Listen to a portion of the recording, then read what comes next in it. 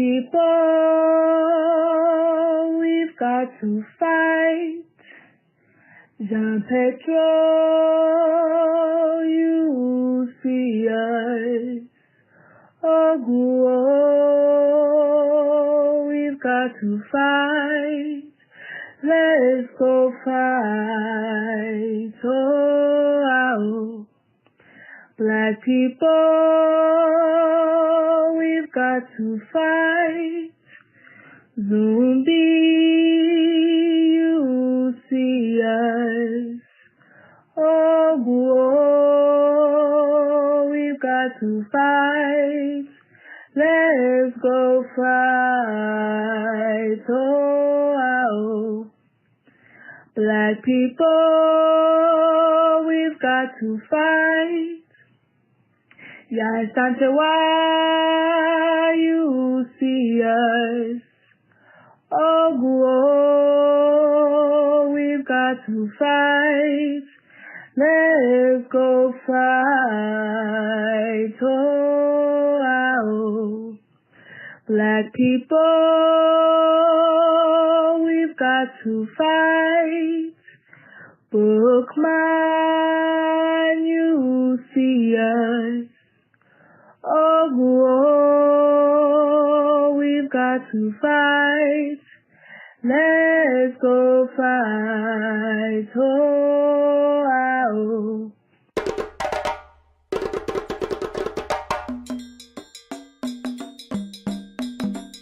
we have to have the courage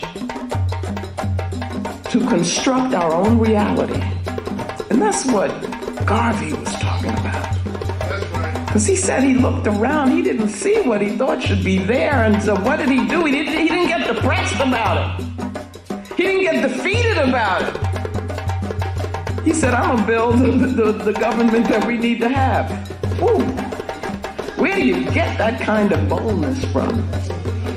So we gotta go all the way back to Garvey, who said he would come again. He said he would be here with us, no matter how long it took. And I'm telling you that the way he comes back is in our work. Not honoring him in words, pomp and all of that stuff, but honoring him through doing what he did. How many of us have the courage to do that? The man took on the world for us and in our name. And then we come to Sodai. And in this presentation of the paradigm, I'm going to make this like what it is we want to reach. So Sodai is translated clear word in Dogana language. And I use it to mean that here we gain understanding. This is sight with understanding. And it is seeing beyond what just we think we see with this physical thing. It's seeing beyond that. And so we gain vision, because that's what vision is. With vision, you've got to be able to use the imagination informed by the African spirit. And Brother Amos, who I work very closely with, was a good friend of mine. He taught me, and he would talk about imagination. Image a nation. Do you see? But that's got to be part of vision. To be a visionary, you got to see beyond this box here. You got to see beyond the ma'afa. You got to see what is it that our people rightfully should have, and that's what Garvey did. Garvey had a vision. Kushkim University is brought to you by our amazing sponsor, The Black Secret. Are you ready to dive deep into Black history, economics, wealth building, and self-empowerment? The Black Secret is offering exclusive courses by none other than the Black history man himself, Robin Walker. This is the most powerful Black studies course on offer for the entire Black world. And guess what? You can get started today by simply using our special link, which you can find in the video description. Be sure to apply our coupon code Kimbunga to get another 20% off your membership. And there's more! Want to get a taste of what the Black Secret has to offer? You can also claim the book 100 Black History Facts absolutely free. Link in the description. So what are you waiting for? Expand your mind, unlock a world of knowledge, claim your free book, and let the Black Secret guide you on a journey of discovery and empowerment. Click on the link below or subscribe to get more information. Class is in session.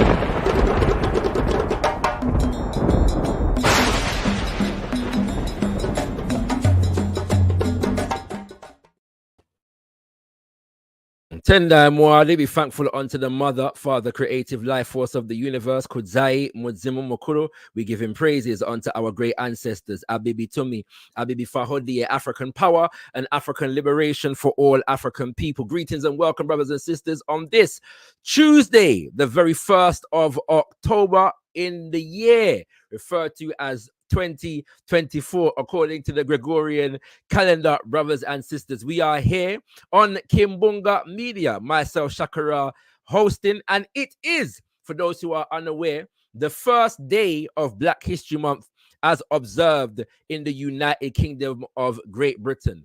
Want to send a special shout out to the elder. Let's come back to that. We're gonna come back to that in a second. Yeah? Let's come back to that in a second. But just to say, it is the first day of Black History Month. For more on that a little bit later, brothers and sisters. Yeah. So as you come through, we encourage you please to like up the video as you come through, and share the link. Share the link far and wide. Let the people them know. So Shakara is live right about now, and we are going to be discussing what is happening in Sudan. Yes, indeed, brothers and sisters, what is happening in Sudan? You need to know, and so this is the place to find out. And we have a very special guest that is going to assist us in upping our knowledge and our understanding of this very, very important dynamic that is taking place in the global African community. Before I bring him through, two quick announcements. The first of which is there's a link in the description to the video through which you can acquire a copy of this particular publication, the African World newspaper, which is published under the leadership of Mama Marimba Ani. And I've had a hand in producing this as well under her tutelage. And it's called The War Report. And we engage in some analysis of events and happenings around the Pan-African world. And so you need to know certain things. And this is one of the media paraphernalia, yes, that you can acquire in order to up your knowledge, brothers and sisters. And so we encourage you to take advantage of the link in the description. You can download absolutely free right about now, brothers and sisters. And for those who are waiting for us to go live on Saturday gone for the second roundtable of Jikola Kimbunga, the African Survival Initiative, breaking down the dynamics of the US election. Apologies, we had to postpone the session, but the brothers of Jikola Kimbunga will be back and returning to you on the 12th of October. All right, so the date has been moved from the 28th of September to the 12th of October. So do come true on Saturday, the 12th of October from 6 p.m. if you are in the UK, and 1 p.m. EST, brothers and sisters. Yeah, we do encourage you to come through for that analysis. 2 weeks later, this session will be dealing with domestic policy, and 2 weeks later, on the 26th of October, we will have another roundtable looking at US foreign policy, because when no one said the US of A is always in our business in Africa and the Caribbean, and so we have to make sure that we are cognizant and aware of their foreign policy, because it's definitely going to affect us. All right, brothers and sisters. So do stay tuned for more information on that latter session. But for now, we encourage you to come through on the 12th of October for the African Survival Initiative Roundtable, the US government versus Black people. Right. Without further ado, let me introduce our topic and our guest. Brothers and sisters, in global news media at the moment, there are many things that are dominating headlines. Yeah, obviously we have Israel's war on Gaza, obviously, we have the war between Russia and Ukraine. And then every now and then, you're going to hear something about Syria. You're going to hear something about Saudi Arabia. You're going to hear something about Yemen. You're going to hear something um, uh, about various other places, brothers and sisters. Yeah, there's one particular crisis though that seldom hits the headlines as far as the quote unquote mainstream news in the West. And that is the crisis in Sudan at the moment. We know that the crisis in the Congo is constantly ignored, yeah, by mainstream media. But that is why Kimbunga media exists, brothers and sisters, along with all of the myriad of powerful Pan-African platforms that are out here doing the good work. And one of the myriad of powerful Pan-African platforms, unapologetically Pan-African media institutions that is doing the good work is Afrikan Stream, brothers and sisters. And for those who are familiar and avid viewers of Kimbunga Media, you will know that we have been standing with Afrikan Stream, brothers and sisters, because we know that Afrikan Stream has been the target of an unprecedented attack at the hands of the US state and related corporations. And so it is an honor, brothers and sisters, it is an honor for me to introduce you to the CEO, founder and CEO of Afrikan Stream, brothers and sisters, Brother Ahmed Kaballo. Greetings and welcome, Brother Ahmed. How are you? I'm good, and thank you for that wonderful intro. And let me shout you out as well. You know, I've been a big fan of your work for a long, long time. We've met in numerous spaces, whether it be the Marcus Garvey commemorations or anniversary, whether it be Speaker's Corner, whether it be when you hosted Brother Kemi Seba. You know, I've been following your work for a long, long time, and it's a real pleasure to be on your show. And we've also bigged you up on our platform at a pivotal time. You gave a very important message that needed to be said. We are not British. Yeah, we are not British, and it needed to be said because, you know, as you stated, identity and citizenship are two different things.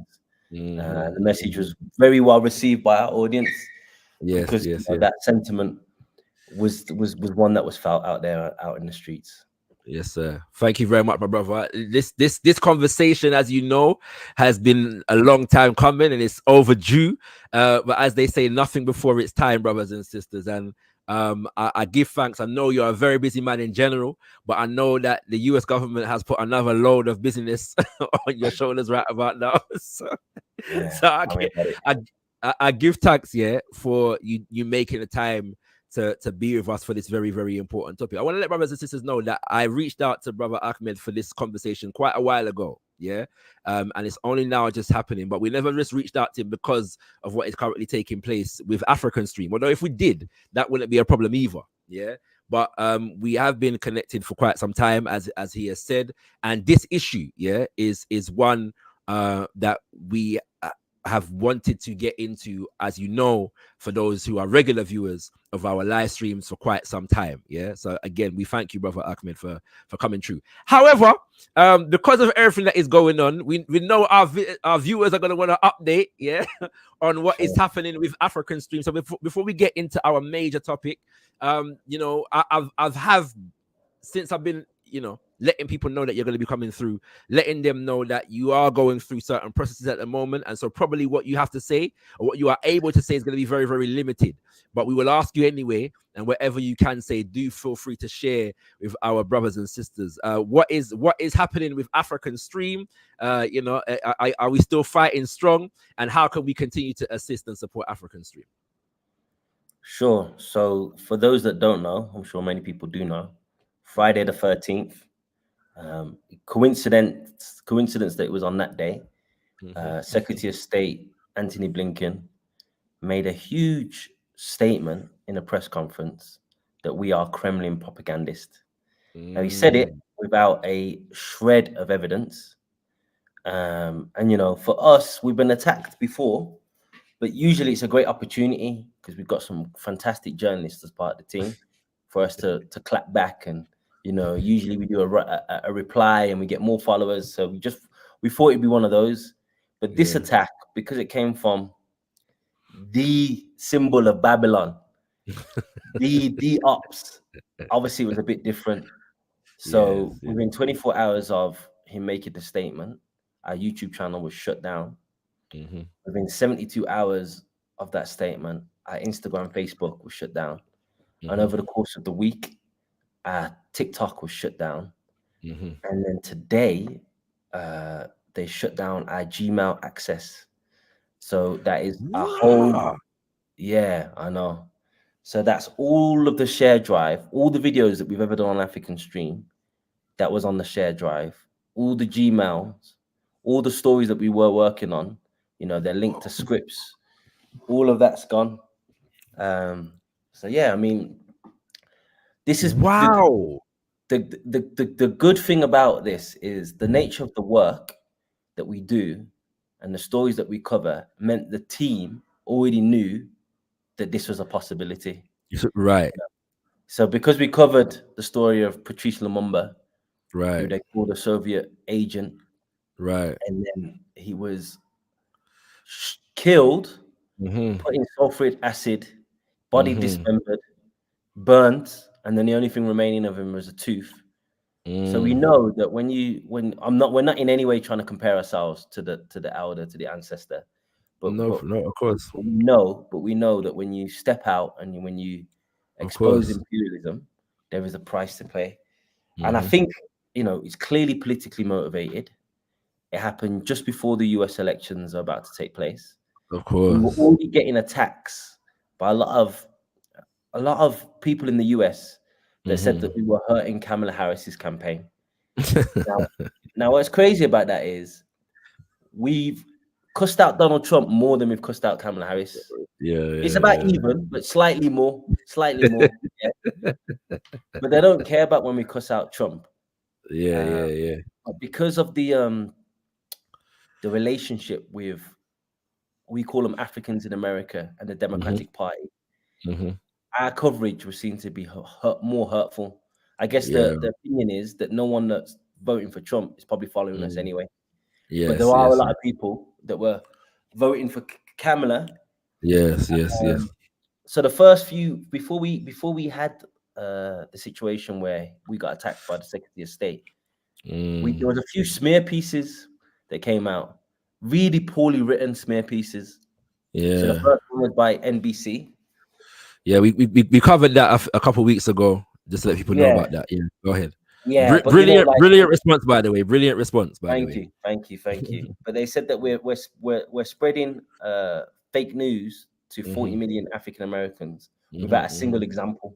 And they cited a report, and in the report, the only thing that's publicly available is the summary of the report. And in the summary of the report, we're not even mentioned.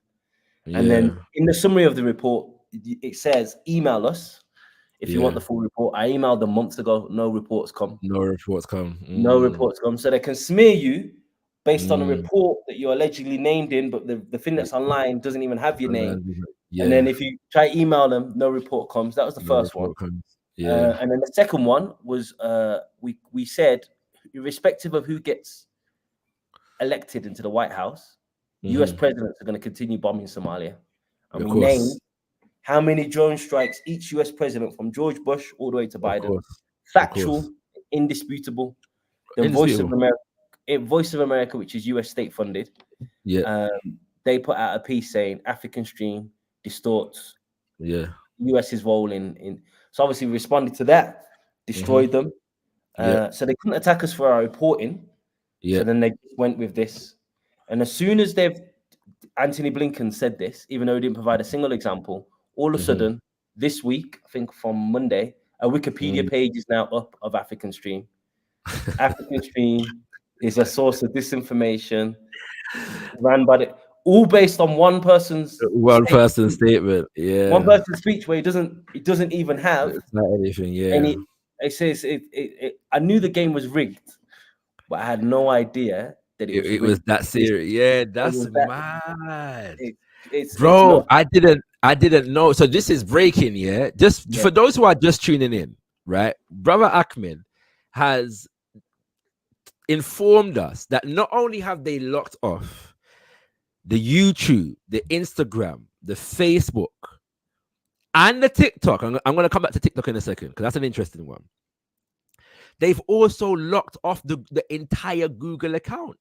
So that means that Afrikan Stream no longer has access to its cloud storage facility.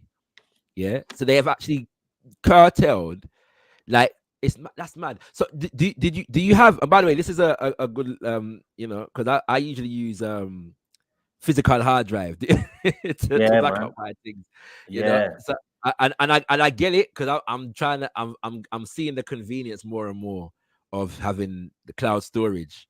But for situations like this, anyway, I won't even ask you if you got the hard drive back up in case. No. It's a good question. We've got less than half of it backed up. Yeah, so it's a significant loss. More worryingly, we had like some long projects that we were working on. Gone. Everything's gone. The transcriptions. We sent a sister to Mali to do a long documentary on Modiba Keita because he's not well known not well known in the Pan-African circles as he should be. And she went there to get some exclusive interviews. I think she interviewed some relatives. The whole thing is gone. The whole thing is gone. Yeah.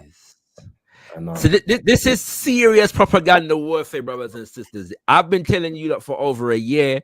We cannot get too comfortable on these platforms. And this is the reason why. My brother, two quick questions on this before we get into Sudan. The first is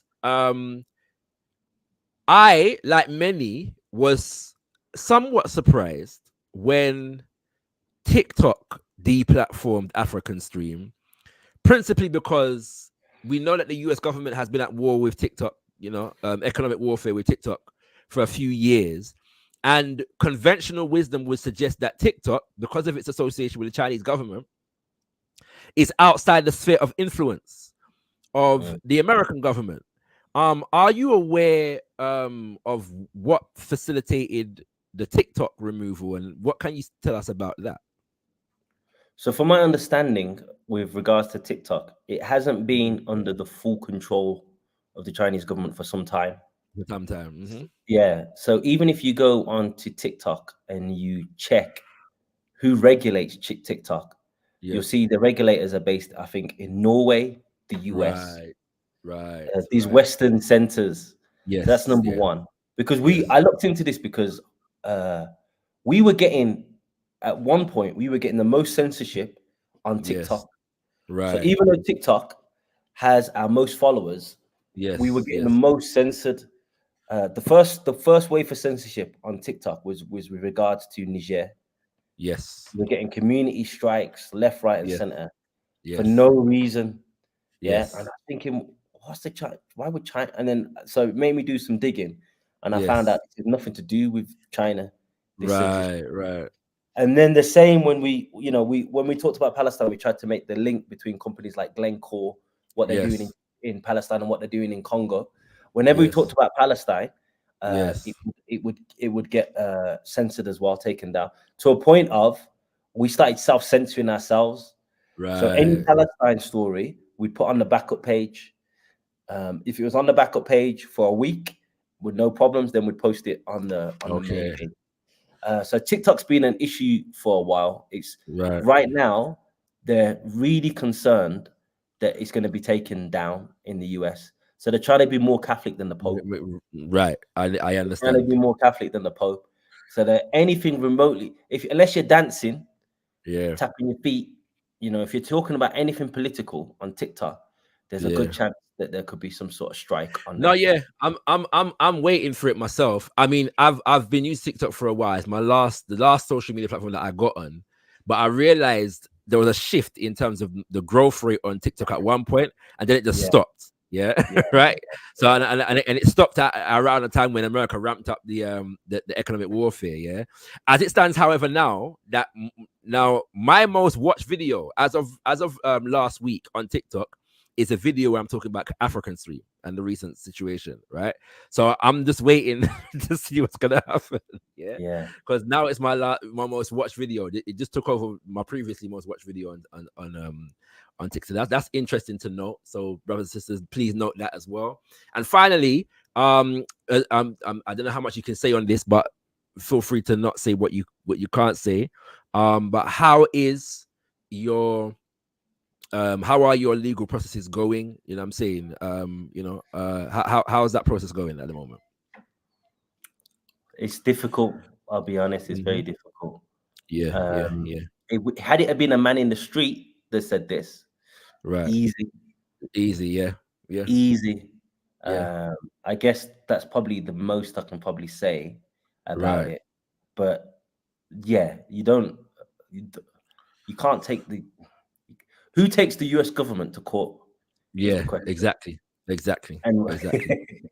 Even if, firstly, you'd have to match them financially. Yeah. So the whole legal, for people that don't know how the legal game works, is you can't really ever sue someone that's wealthier than you. Yeah. Because what happens is you send a letter, they send a letter, you send a letter, you've run out of money, done. It's yeah. And obviously that's just like a really simplified version of it.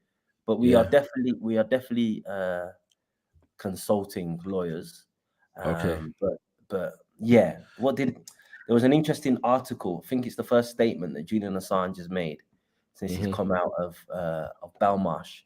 And he said that he was naive in thinking that what was legal mattered. Because when he was publishing the material about the war crimes in Iraq and Afghanistan, he checked the US Constitution and was like, this is pretty black and white, I'm good. Check the EU laws, pretty black and white, I'm good. Then proceeded.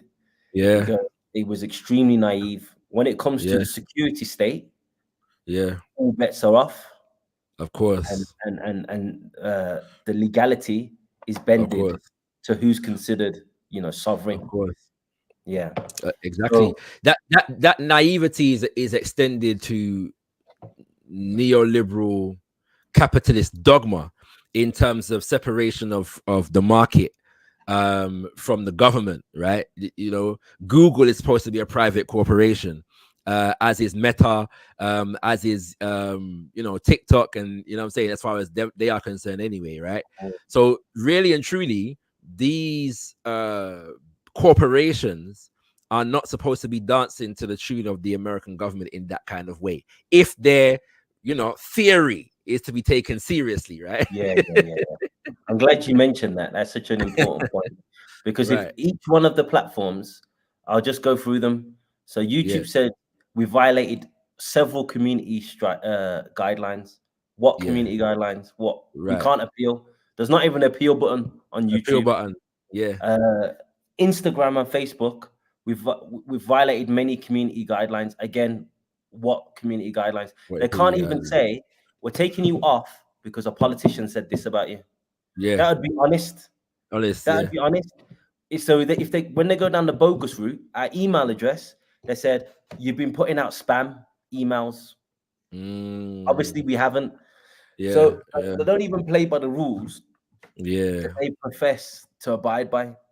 And that applies to everything. The free market is only free for them to enter the market. Right.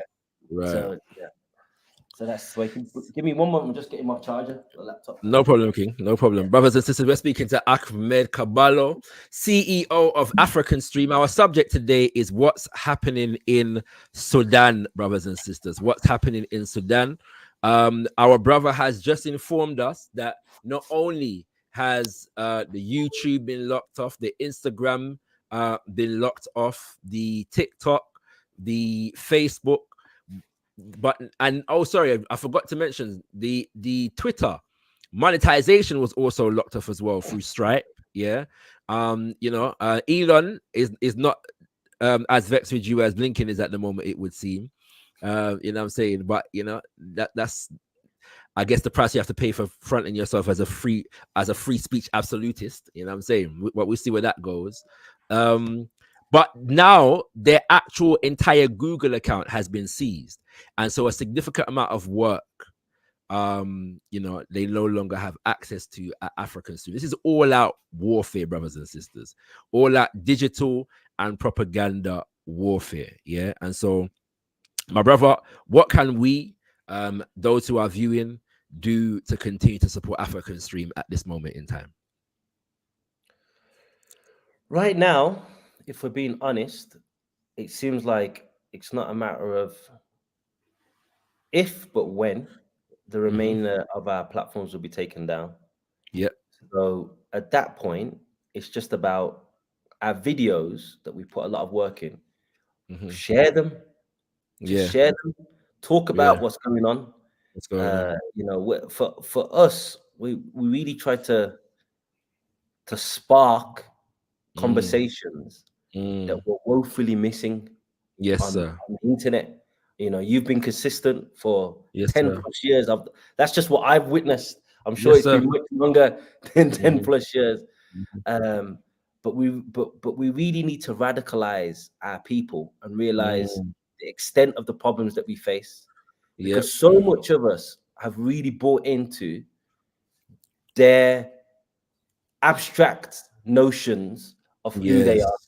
Yes. So they say they're democratic, but then like a dictator, Blinken makes a statement and everything gets shut down. Shut down. They say free market, but then we have in Nigeria, Dangote tries to build an oil refinery, and they do everything to shut it down.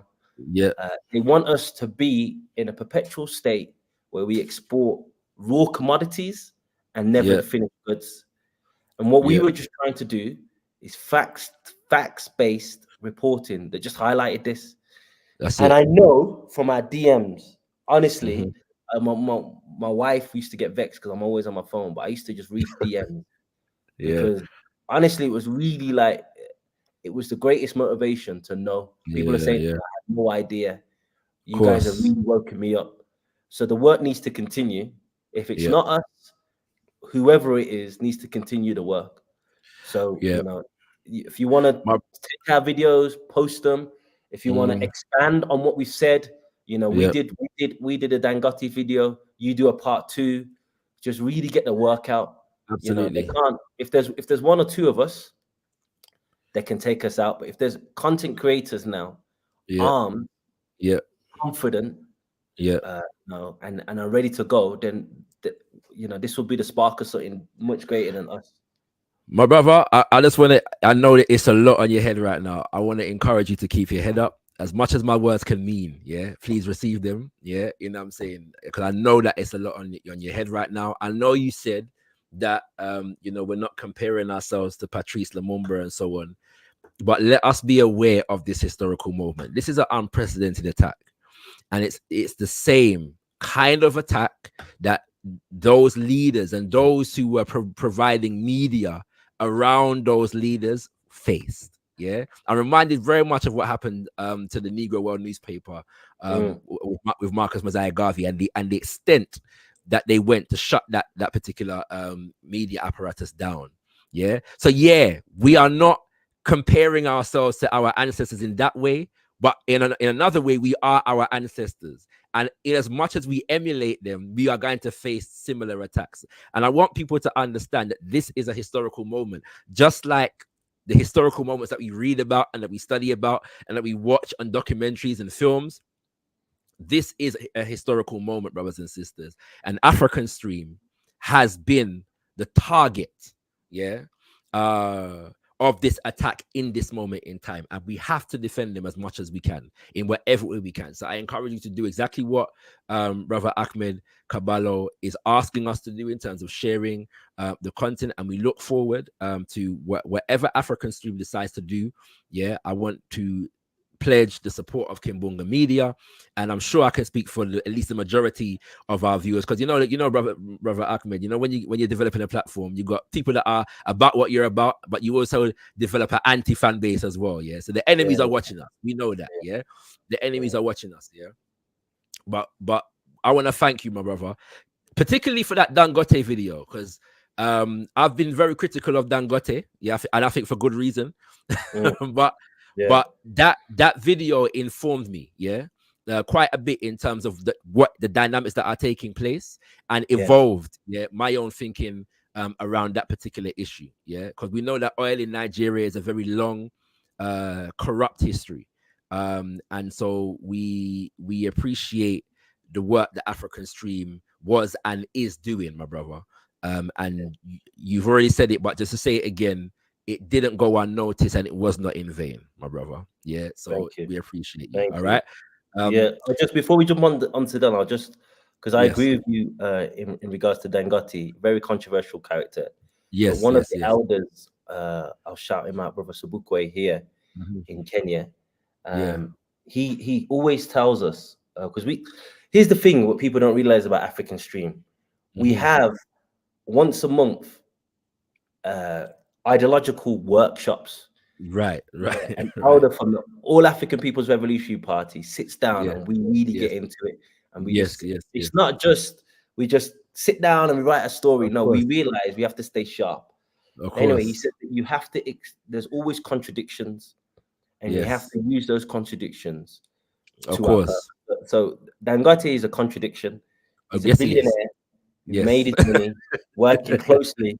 But right now, unfortunately, he's the person leading the charge for Nigerian oil sovereignty. It's a contradiction, but it's a contradiction, right? It's there. And, it's not about him. It's not about him. And we don't hold him as any hero, but we understand the forces against him are not against him for any of the bad stuff that he's doing. Right. They're against him for the patriotic desire. I'm sure there's financial incentives as well, but there is a level of patriotism that makes him think that why are we Africa's richest we sit on Africa's richest oil fields, yet we import petroleum. Absolutely. How does it make any sense? As Cameron used to say, the computer's not Putin. Doesn't make any sense.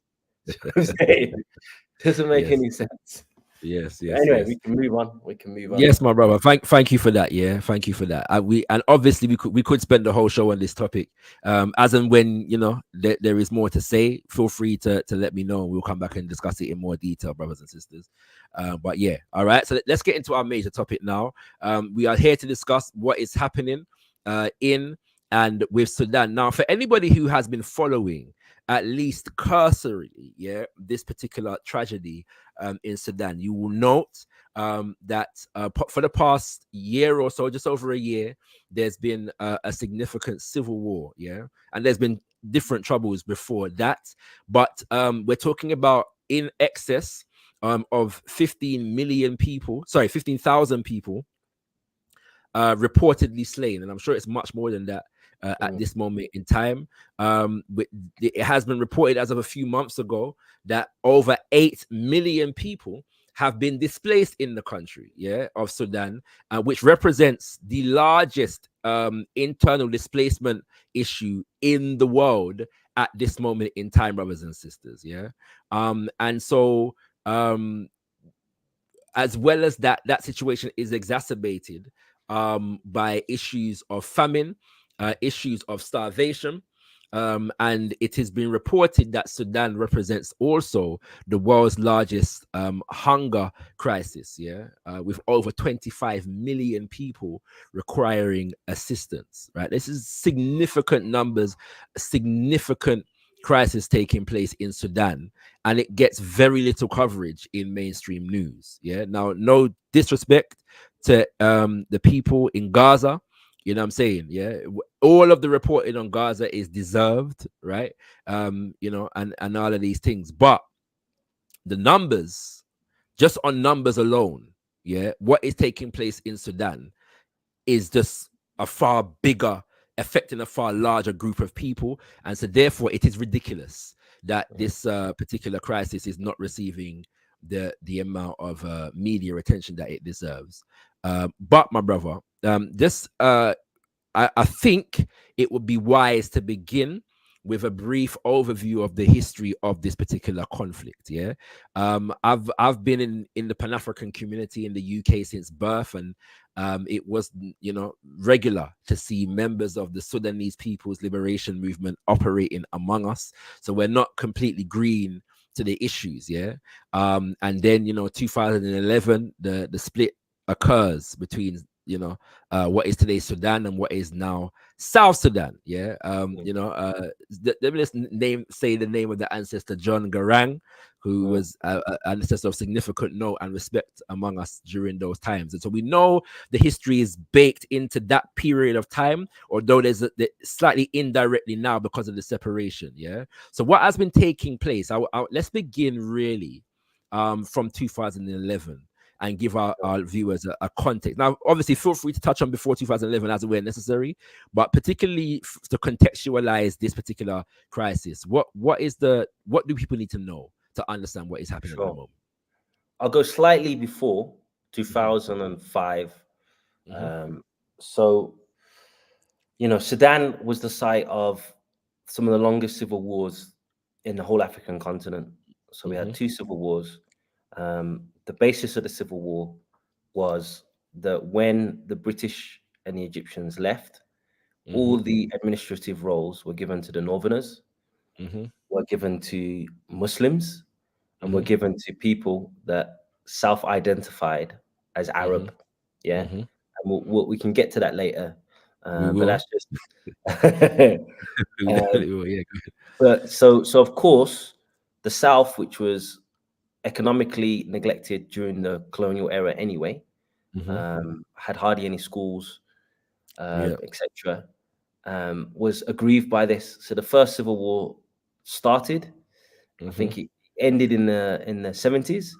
Yeah, and then there was a peace agreement, and then General Numeri came into power, and under pressure from the Islamists, that Omar al-Bashir came from, they're called the National Islamic Front, but they're better understood as part of the global Muslim Brotherhood movement. Yeah, people don't know that about Sudan, that the Sudanese, Bashir, Tarabi, they're part of the Muslim Brotherhood movement. Yeah. So Numeri started off as a socialist leftist, and then under pressure from the Islamists went to right-wing Islamists, and tried to implement something called the September laws, which, just to simplify it, was Sharia law across the whole country. Yeah. So Sudan is one of the most ethnically, linguistically, you could even argue religiously diverse places in Africa. So to try implement not just Sharia, but a strict Saudi-influenced interpretation of Sharia on people that are animists, people that practice traditional beliefs, Christians, people that are Coptic Christians, all these groups is obviously a recipe for disaster. So John Garang, a young soldier at the time, was like, no, we're going back to war. Yeah. So obviously they went to war. John Garang is very charismatic, as if anyone ever, for the viewers that don't know, I'd suggest you go, there's a book about him. There's also many speeches. But the thing about Garang that was distinct is he didn't preach separation. He preached one Sudan, Sudan free of religious, racial discrimination, tribal discrimination. So, you know, he said, we will have a separate Sudan if we can't achieve a one Sudan.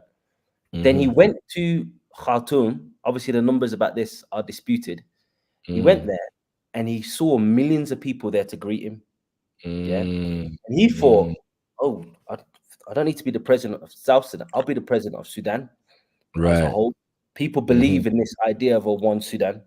You know, so just to clarify, for those who are not aware, Khartoum is the capital. Yeah. Yes, in the north. In the north, yes, in the north of Yeah. Sudan. Yeah, go ahead. In what's considered Republic of Sudan today, but would have been considered Yes. north, the north-south North, divide. yes. So, yeah, there was a peace. There was a comprehensive peace agreement. He was the vice president. He was going to call a referendum. Yeah. But as the most popular man in South Sudan, whatever he said the country should do, the country would have done. And there's a great documentary on Al Jazeera about this. I suggest everyone watches it. It talks about the assassination. Well, it basically calls it an assassination, you know, because John Garang died in a helicopter crash. Yeah, helicopter crash. Yeah, coming from Uganda. Yeah, exactly.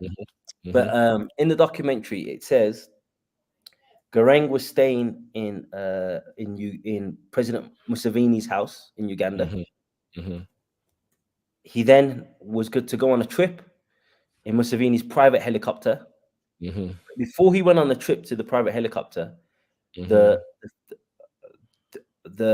I don't think it's even a fee. I think it's documented. Yeah. Various European and North American ambassadors visited him one by one, basically saying, "When you become independent, this is what we want. When we become," and he apparently told them one by one, "Yeah, I'm not sure about this whole independence thing. We can get rid of the Islamist government and we can unite the whole Sudan." And then his helicopter crashes. It's blamed on Omar al-Bashir and the Islamist government. Because obviously it was a terrible regime. So I can understand how people would draw that conclusion. A referendum happens in the high 90% because their liberation hero was killed. Everyone votes for independence. For independence in South Sudan. In South Sudan. And the two figures who, again, this is rumors, that were allegedly involved in the assassination of John Garang, two of his juniors, now become president and vice president. Yeah. And then they start fighting over the oil. Yeah. So that's more South Sudan. Now, why that's important for what the story of North Sudan is, because when South Sudan became independent, between 70 to 75% of the oil revenue was taken with it. So this corrupt regime in Khartoum, which was stealing the people's money, but still building a bridge, still doing a little bit of infrastructure, now could only had enough money to steal. Yeah. So here comes the economic crisis. Protests happen, and then there's a revolution, end of 2018, 2019. Now, the important thing about the revolution, it was half a revolution at best. That's being generous. You can't have a revolution against a military dictatorship and keep Bashir's generals in charge of the governance of the country. So it wasn't the people's fault. It's a civilian people are protesting with no guns versus an army and a militia force with guns. So initially, Omar al-Bashir stepped down, and then he got replaced by his vice president, Awad ibn Auf. Awad ibn Auf became into power. The people were like, "You think we're stupid? We're going to carry on protesting." He resigned. Burhan came in. People then occupied the military HQ, saying, "You think we're stupid? We're not going anywhere." But when they occupied the military HQ, the Rapid Support Forces, with assistance from the Sudanese army, gunned them down, killing over 150 people on June the 3rd, 2019. And then that basically just was the end of the revolution. So then what happened is the people were like, "Okay, we don't have guns, they've got guns. We're going to enter a power sharing agreement." They entered a power sharing agreement with the army and the RSF. And the army and the RSF clearly don't want civilian rule. And then, predictably, the army is 150,000 personnel. The RSF is 100,000 personnel. Predictably, these guys turn on each other about who's going to control what, because I could go into more detail about it, but basically, foreign entities back each side. Right. So during the Saudi-led war on Yemen, it was Sudanese foot soldiers that were used in the war. Yeah. Mm-hmm. So the Sudanese army was led in the battlefield by Burhan. Yep. The RSF was led in the battlefield by Hemeti. Mm-hmm. Now, at the time, the Saudis and the UAE started to have their own little splinter. So they're backing different men. So the Saudis are backing Burhan, RSF are backing Hemeti. And then it becomes, oh, Sudan's in a mess. We can get something out of this. Strategically, we have the port of Sudan, which is, they've got, you remember the Suez Canal wars. Djibouti has all these military bases. The Red Sea, port of Sudan. Russia wants a naval base there. It's a very strategically important place. Then you have Darfur, which has the gold mines, some of the largest gold mines in Africa.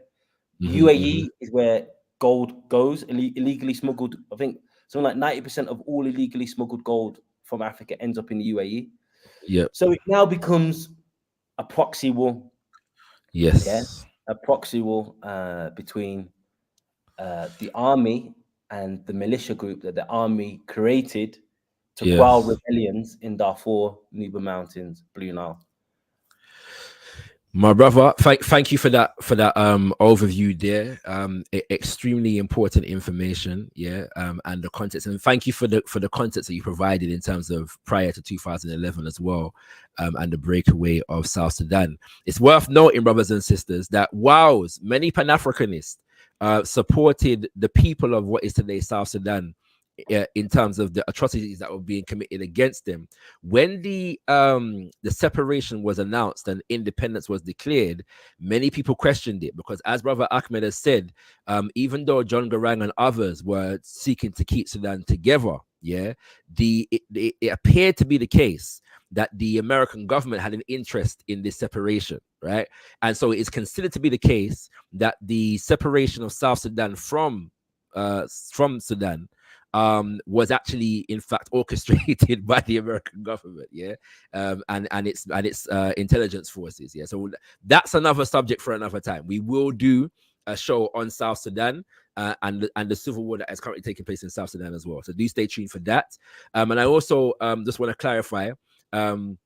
So we have General Abdel Fattah al-Burhan, who is the head of the Sudanese armed forces. And then we have Mohammed Hamdan Hameti Dagalo, also known as just Hameti, which is a play on an Arabic term, which means protector, because al-Bashir named this particular guy as his protector, and he is the head of the Rapid Support Forces, which was formed out of the army and then became al-Bashir's personal protection, within the nation. So both of these forces that are now warring were created by the dictator that they galvanized to overthrow, right?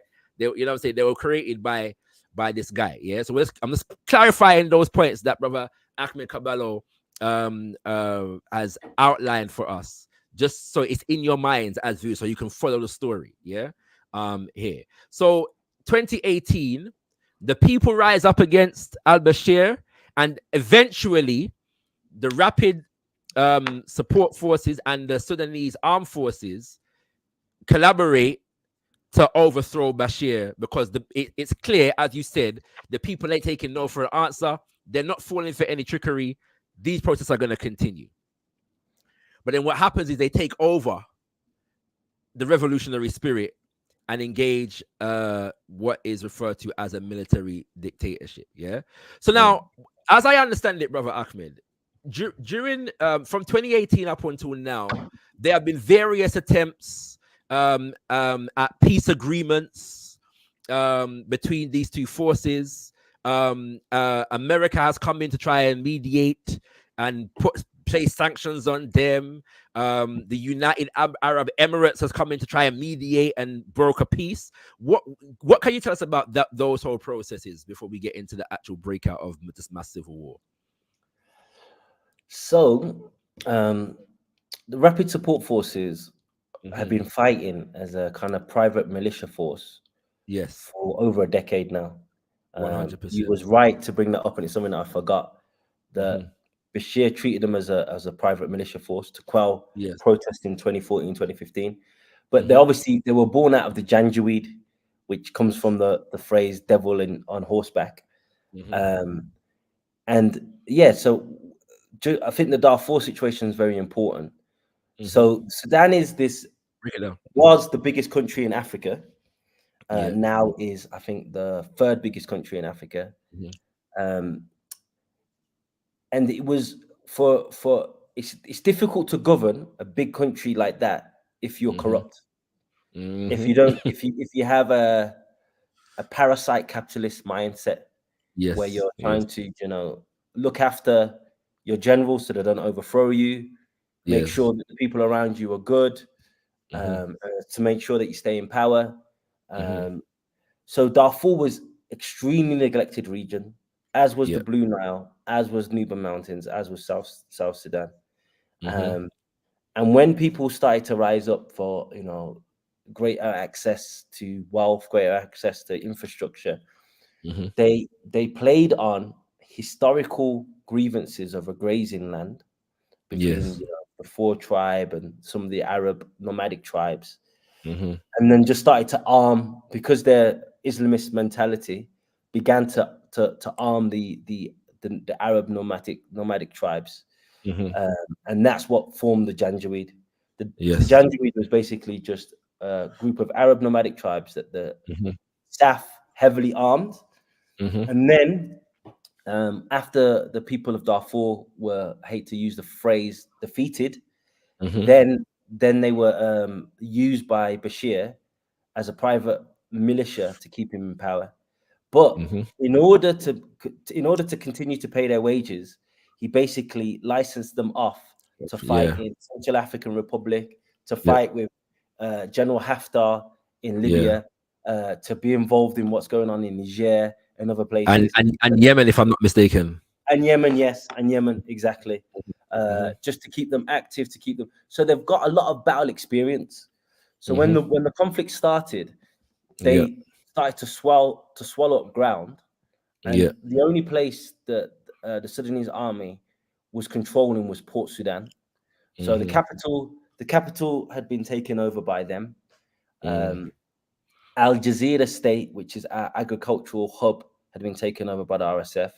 Most of Darfur, apart from Al Fasher city in North Darfur, is taken over by the RSF. So from the army's perspective, sorry, my brother, just to clarify as well, just to ask, and if I'm not mistaken, a part of the reason why they took over Darfur was because of the gold.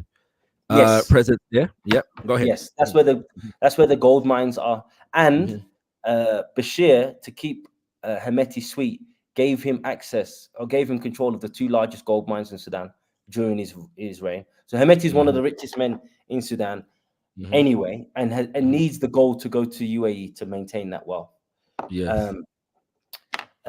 So they controlled most of the country apart from Port Sudan. Now, in the last few days, so let me rewind. So for the army's perspective, you can't negotiate when you own a fraction of the country. You have to negotiate from a position of strength, not from a position of weakness. So they haven't been willing to negotiate until they captured more land.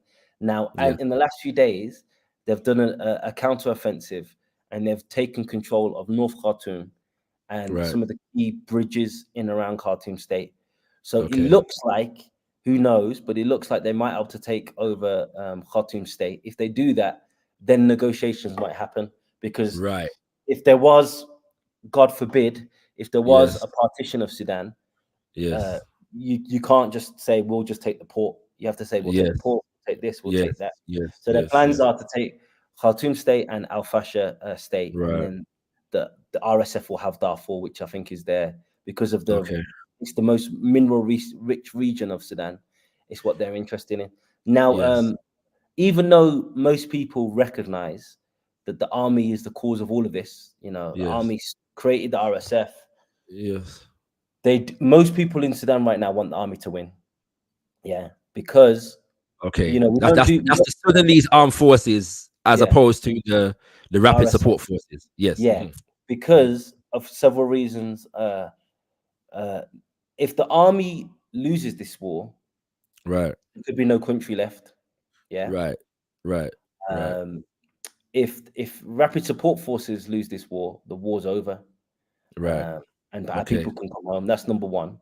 Right. Number two, these are RSF is a genocidal mercenary force, no discipline. Right. So my dad Right. he refused to leave when he could have. Yeah. So he Right. stayed for an extra 7 months, saying his argument was, if I stay, I'll able to protect the house, protect the car. Of course, that was extremely naive. The RSF went in there, beat him up Right. with their rifles, Yeah. took over the house, stole his car at one point. Yeah. So the RSF, they're not of the people. So even though the Sudanese army as an institution is flawed, they're still of the people. Right. So there's certain lines that they're not likely to cross. Right. The RSF, there isn't, an elder and a woman. Anything goes. Anything. Well, yeah, they were designed to be a mercenary force. Exactly. So they act as a mercenary force. Exactly. Like we've had the Sudanese army with all of its problems since 1956. We can have another revolution and try and remove them. The RSF is a whole different kettle of fish. Game. I understand. Yeah, it's a whole different ball game. And I understand. And it's like it is the Frankenstein monster. But if you ask the people in the village, they'd much rather get rid of the monster and deal with the scientists. Yeah. Afterwards. So I saw someone in the comments say, ask him if he's an Arab. So feel free to ask me that question. We'll come back to that, yeah. And my brother, like I said to you, we have people that appreciate what we do, and then we have the anti-fan base who come to cause mischief. We know Wagwan, yeah. So we'll come back to that as and when it is appropriate. But having said that, brothers and sisters, we tend to, for those who are not familiar with the order, we tend to ask you to please at Kimbunga Media, yeah, at Kimbunga Media. If you want a comment or a question read out, because a lot of the time, a lot of conversation takes place in the chat between you in the chat, and we encourage that. That's fine, yeah. But if you would like a comment or a question read out, please at Kimbunga Media in it, and so I can identify it, accordingly, and we will definitely bring your comment to Brother Ahmed for his consideration.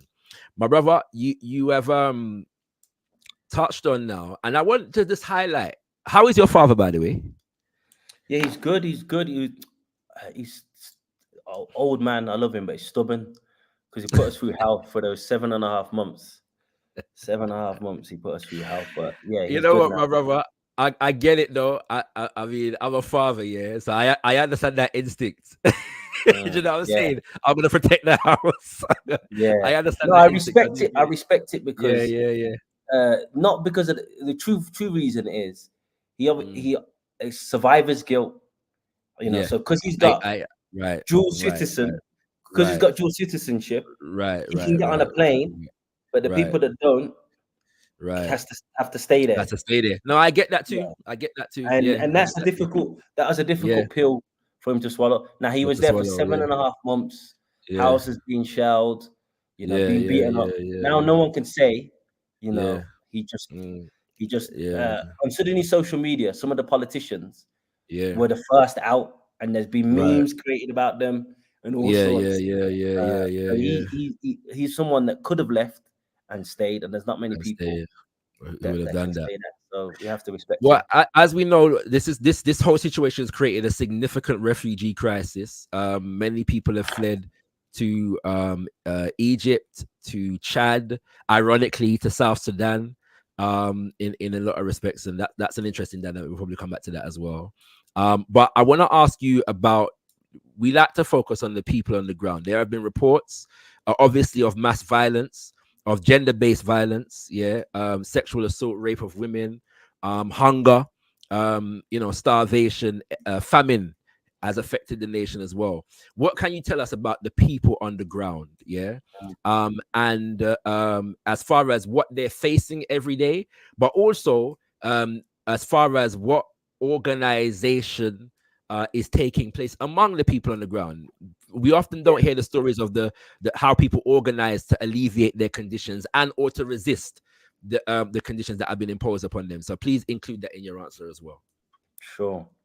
I mean, some of the videos and some of the testimonies are just people are eating dirt, literal dirt, dry dirt as well.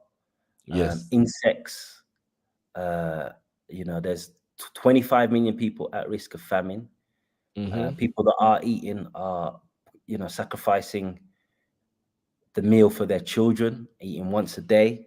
The gender-based violence is perhaps the most horrific, because we're such a conservative society. There's an unfortunate aspect of gender-based violence, which is shame. Right. Even though no one should feel any shame for something that, and the RSF played into that. So the stories of people being raped in front of their fathers, in front of their brothers, people being forced to marry one daughter off to save the other two. You have to marry one of them, or we're going to take all three. It's been atrocious, and that's on the RSF side. The Sudanese army have committed atrocities as well. There's a report today. This is all Sudanese WhatsApps, but at the moment, it's difficult to know because there's no reporters there on the ground. So all we can rely on is these first-hand testimonies.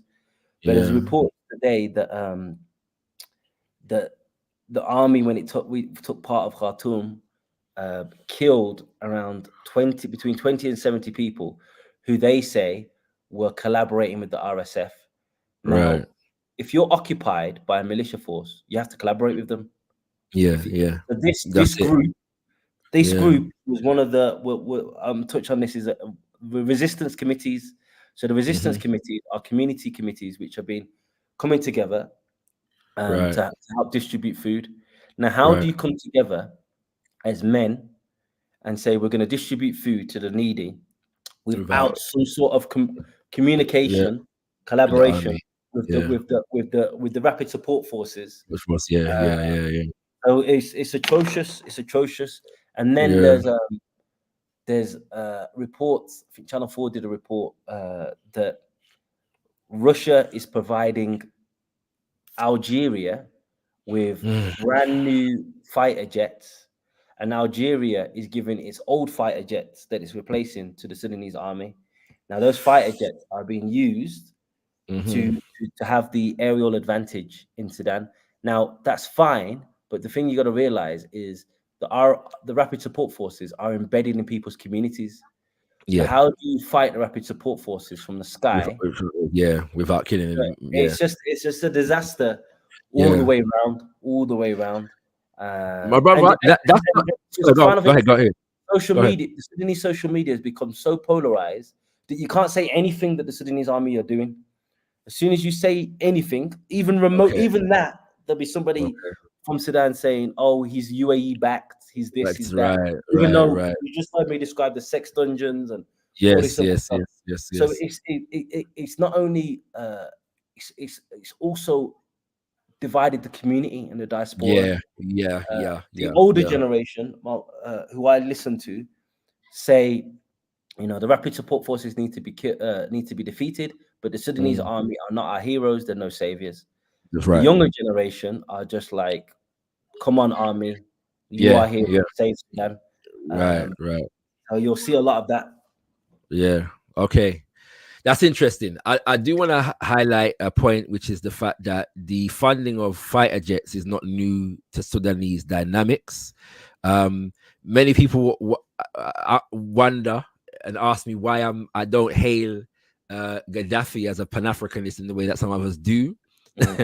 This is part of the reason why, because he was, and it is, a matter of record that he was a part of the funding of the Janjaweed, in Sudan. That's just a fact. And one of the things that he funded them with was fighter jets. All right. What I'm saying? We were taught that, in fact, by a now ancestor called Deng Ajak, who was a part of the Sudanese People's Liberation Movement, brothers and sisters, in the 90s. So Yeah, that's one of the reasons. But I'm just pointing out to say that this is a long history and it's very complex. Yeah, in that regard. You've touched on something there that I want to come to next, which is the influence of foreign forces. Yeah. So there has been involvement from the Russians. There's been involvement from the United Arab Emirates. There's been involvement from Saudi Arabia. There's been involvement from the United States of America, although the United States of America denies a significant amount of its involvement. What can you tell us about the foreign influences and interest in this particular conflict? Sure. So we'll start with the two big powers first, of Russia and the United States. So in 2022, I believe, 2022, 2021, 2022, I believe, there was an agreement between the Sovereign Council, which Burhan was the supreme leader, and then Hemeti was his number two. That's another interesting thing. These guys used to be best friends. Best friends, yeah. And there was even talk about, I can't remember, Burhan's daughter or son marrying Hemeti's daughter or son. Right. Anyway, so there was an agreement that there would be a Russian naval base in Sudan. Yeah. Now, the US ambassador to Sudan, said at the time that this would be a grave mistake. Yeah. And then a year later, the country's in flames. Literally a year later. Right. And the ambassador basically said this would be a mistake, and almost immediately after the US had just returned to Sudan. Yeah. They left many decades ago over the whole Osama bin Laden and the Kenya, Tanzania embassy bombings and all this type of stuff. So there's that. I'm not going to say more than that because it would be pure speculation. Right. It was clear that the US had a huge problem with a Russian naval base being in Sudan. Absolutely. And since the conflict started, that naval base has been put on the back burner. Absolutely. Then, when the conflict started, the Russians were supporting the Wagner group in Russia, were supporting the Rapid Support Forces. Yeah. Which angered many people, part of the anti-imperialist left, because Russia and China, the thing that people say about Russia and China's policy that differs from the West, they don't say they're perfect, but generally speaking, they have a policy of non-interference. Right. Generally speaking.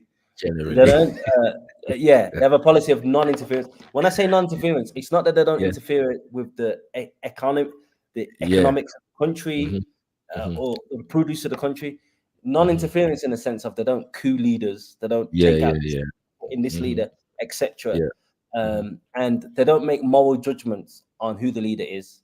So they'll be like, you're the leader of this country, we'll do business with you. We don't care if you're anti-LGBT, pro-LGBT. You know what I'm saying? It's not that paternalistic. What's your policy on this? What's your policy on that? We don't like you. We need a new leader. So Russia supporting a rebel militia group is, of course, quite clearly against its traditional policy of non-interference. So there were a lot of people of the anti-imperialist left that were either ignoring that or angry about that. Many people just ignored it because it was an uncomfortable truth. And then, so the reason why they were supporting the Rapid Support Forces is because of the gold. So the biggest gold mines are in Darfur, owned by Hemeti. So when the West slapped sanctions on Russia, it needed to bypass these sanctions, and the best way to do that is gold. It doesn't devalue, etc., holds its value. So that was the reason why Russia was involved. Now, the biggest player in all of this is the UAE and Egypt.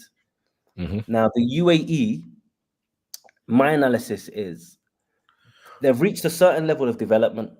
The country is very well developed, but they realize to reach the next level of development, you need imperialism. It's as simple as that. It's as simple as that. And no matter speeches from European leaders will deny that. I think it was, I can't remember what French leader it was. It says, without Africa, France would be a third world country. Chirac, I think it was. Chirac, I Chirac. think it was Chirac, yeah. Mm-hmm. Yeah. So it realizes, we can keep pumping petroleum to Western markets, but there's going to be a day where petroleum is less valuable. We need to do something else. So the UAE has become a quasi-imperialist force in Africa. It's taken over some of the rainforest, some of the agricultural land in Zimbabwe, in Liberia. It wants control and access of Al Jazeera state in Sudan, of the ports. So because of its relationship with Hemeti formed in Yemen, the way the UAE works, it operates on trust. So they have a man and they back him to the hilt. So in Libya, General Haftar, that's their guy. Even if he's losing, we're gonna back him. In Sudan, they were like, okay, there's this conflict happening. There's rich land in Sudan where there's gold, where there's timber, where there's ports, where there's some of the richest agricultural land in the whole of Africa. So they went all in supporting the Rapid Support Forces, using their puppet in Chad to develop to replenish the arms for the Rapid Support Forces. So they come in with the trucks, they provide them with the AK-47s and all the weapons they need, and then they do it again and again and again. And the Egyptian army has a long history with the Sudanese army. This comes back to a colonial mentality that Sudan belongs to Egypt. The Egyptian state has. And the Sudanese army has tried to mirror itself on the Egyptian state. The Egyptian state has SCAF, and the Sudanese armies have SAF. Yeah, so the military, we have almost the identical history. They have General Abdel Fattah al-Sisi. We have General Abdel Fattah al-Burhan. Yeah, they have a revolution only for a military man to take control. We have a revolution only for a military man to take control. So in Egypt, there's several reasons. One, they want to contain the Muslim Brotherhood, which is historically a threat to the Egyptian army in Egypt. They've got a long battle with Morsi and Sisi. Secondly, they don't want to set what they call a bad example. So they don't want a revolution that succeeds, brings about democracy, because people will say in Egypt, oh, why can't we do the same thing? Absolutely. And then obviously the ports are also valuable to Egypt as well. So these are the proxy forces that are involved. All of them. Russia's now switched sides. So Russia's now supporting the Sudanese armed forces. Right. And like I mentioned with Algeria, is helping them. What's the motivation behind Russia's switch? I think it was, number one, I think it wasn't a good look for them. Right. Especially after, the whole Wagner tried to take over Moscow. You remember that that happened? Right. Yeah. You're supporting a private militia force. Yeah. And a private militia force has just tried to overtake your country. For those who are not aware, Wagner is the group of oligarchs, that basically controls the in concert with the Russian government, the Russian economy, and it also has a militia that is associated with it, a mercenary force that is associated with it. Yeah, and so just to clarify that, go ahead. Wagner. When people talk about Wagner, they're talking more about the militia force. Specifically the militia force. So I think it wasn't a good look. Number two, I think the tide, it felt like the tide was changing, not necessarily militarily, but diplomatically. So Hemeti was going on these tours to try and get legitimacy, and he wasn't really going anywhere. So I just think, even if the guy was to win, he's not someone that you could to break it down, it's just a bad look. It's a bad look. Especially when you've got a private militia force in your own country. Absolutely. But yeah, it's definitely switched sides. And then the US is an interesting one because they've been pumping through USAID millions and millions and millions into these protest movements. Yeah. Right. Which has basically de-radicalized our whole revolution. Right. It's turned it into NGOization of I'm gonna go give a speech to a bunch of white people in a big hall. I'm gonna get a standing ovation. Right. And so the revolution itself, the civilian aspect of the revolution, has lost legitimacy completely Right. among the Sudanese Right. people. So yeah, so now the only thing that's going to happen is the Sudanese army are going to be kind of portrayed as this heroic force. They're going to sweep in on a big horse. They're going to save the civilians have lost all legitimacy Yeah. in this Interesting. process. I've got a supplementary question. I'm going to come to my final question. Then we're going to open up to the audience. Yeah. Sure. So what is the AU position in all of this? Does the AU have any impact, any influence whatsoever? It's a necessary question to ask. The AU gets, I can't remember the percentage, a significant proportion of its funding from the EU. Yeah, I think it's about 30%. Yes, yeah. Something And like the EU is only concerned in this whole conflict is stop refugees from entering Europe via Sudan. Entering Europe, right? Yeah, right. So they're actually, that's another important point I almost missed.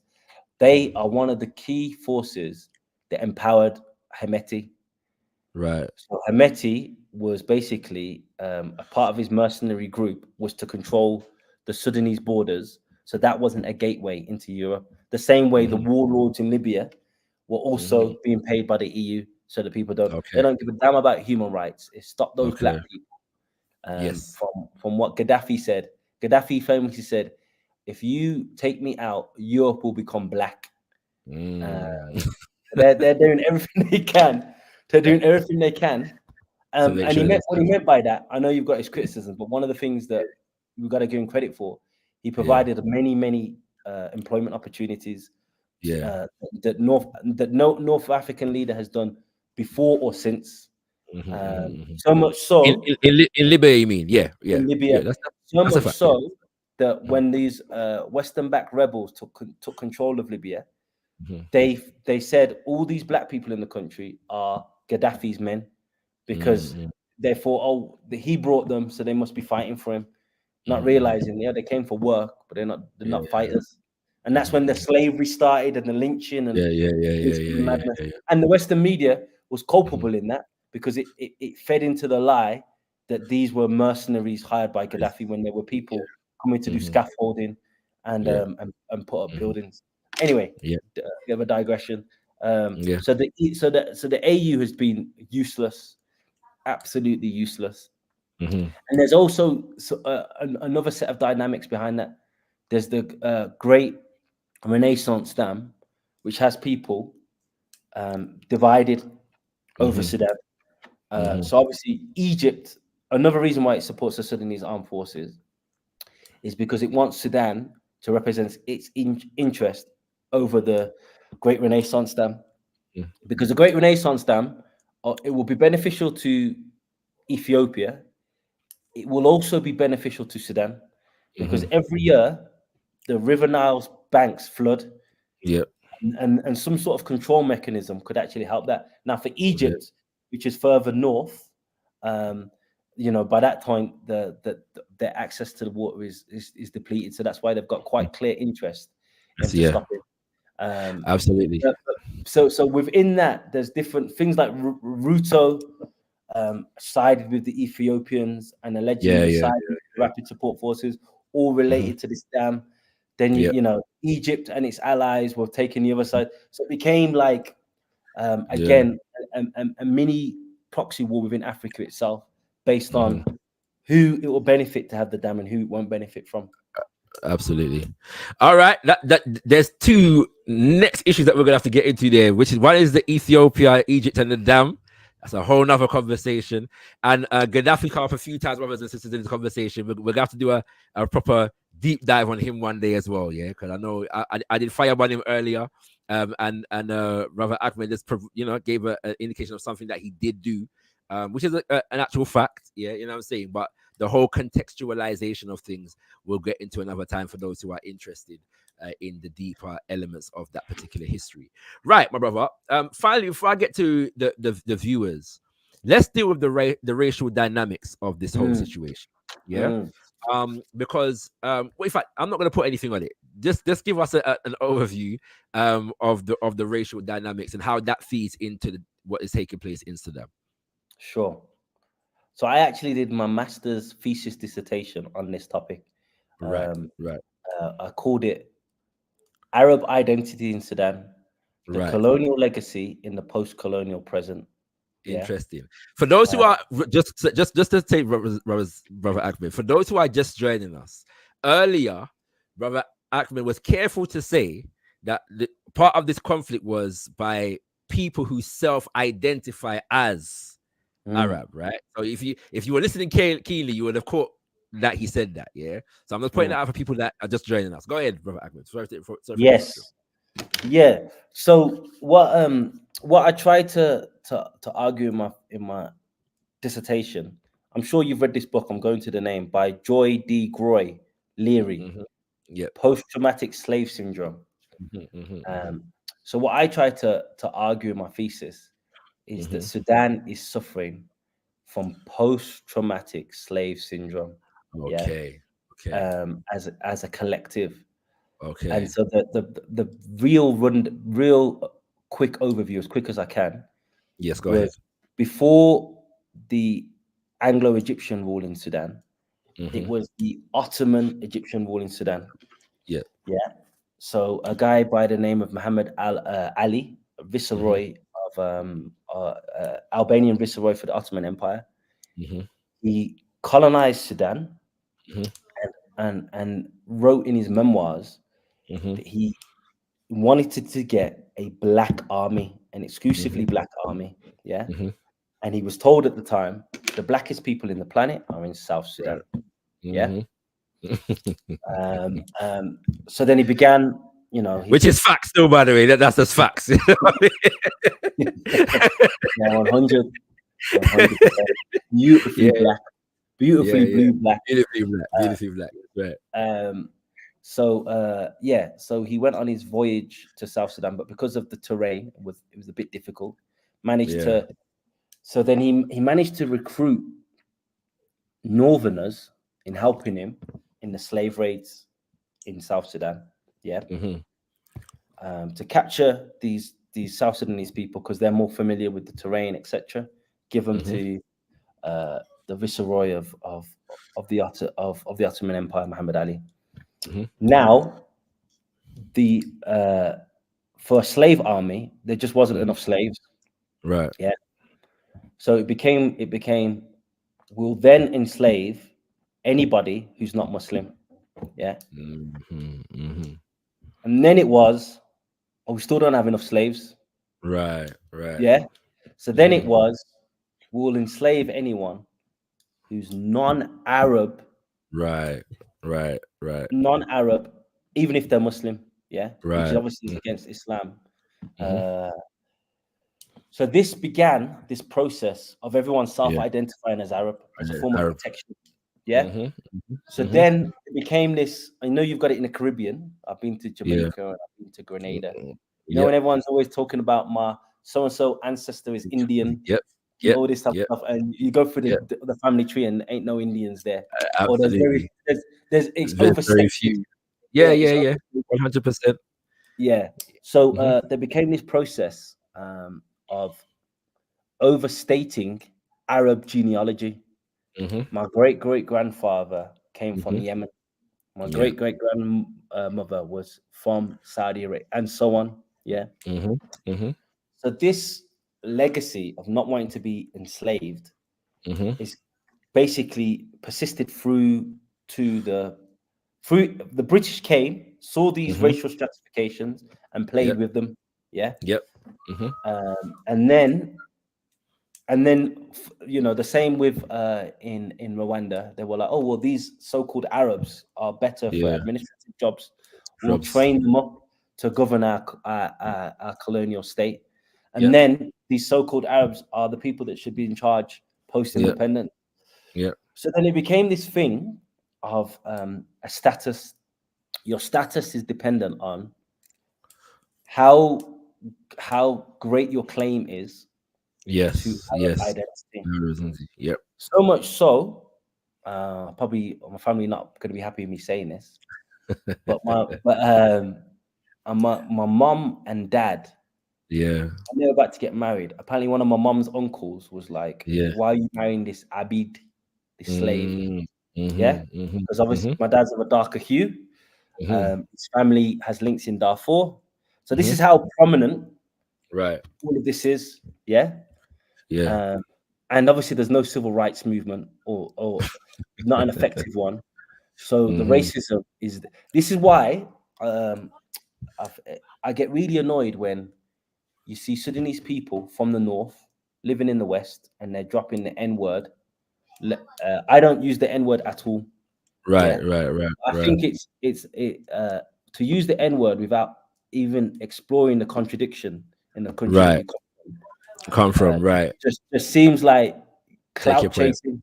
Take Just your seems point. like clout chasing at best. Yeah. Do you know what I'm saying? Yeah. You're happy to drop the N word, but then you're happy to step into the Right. privilege you get from Yeah. being Yeah. a self-identified.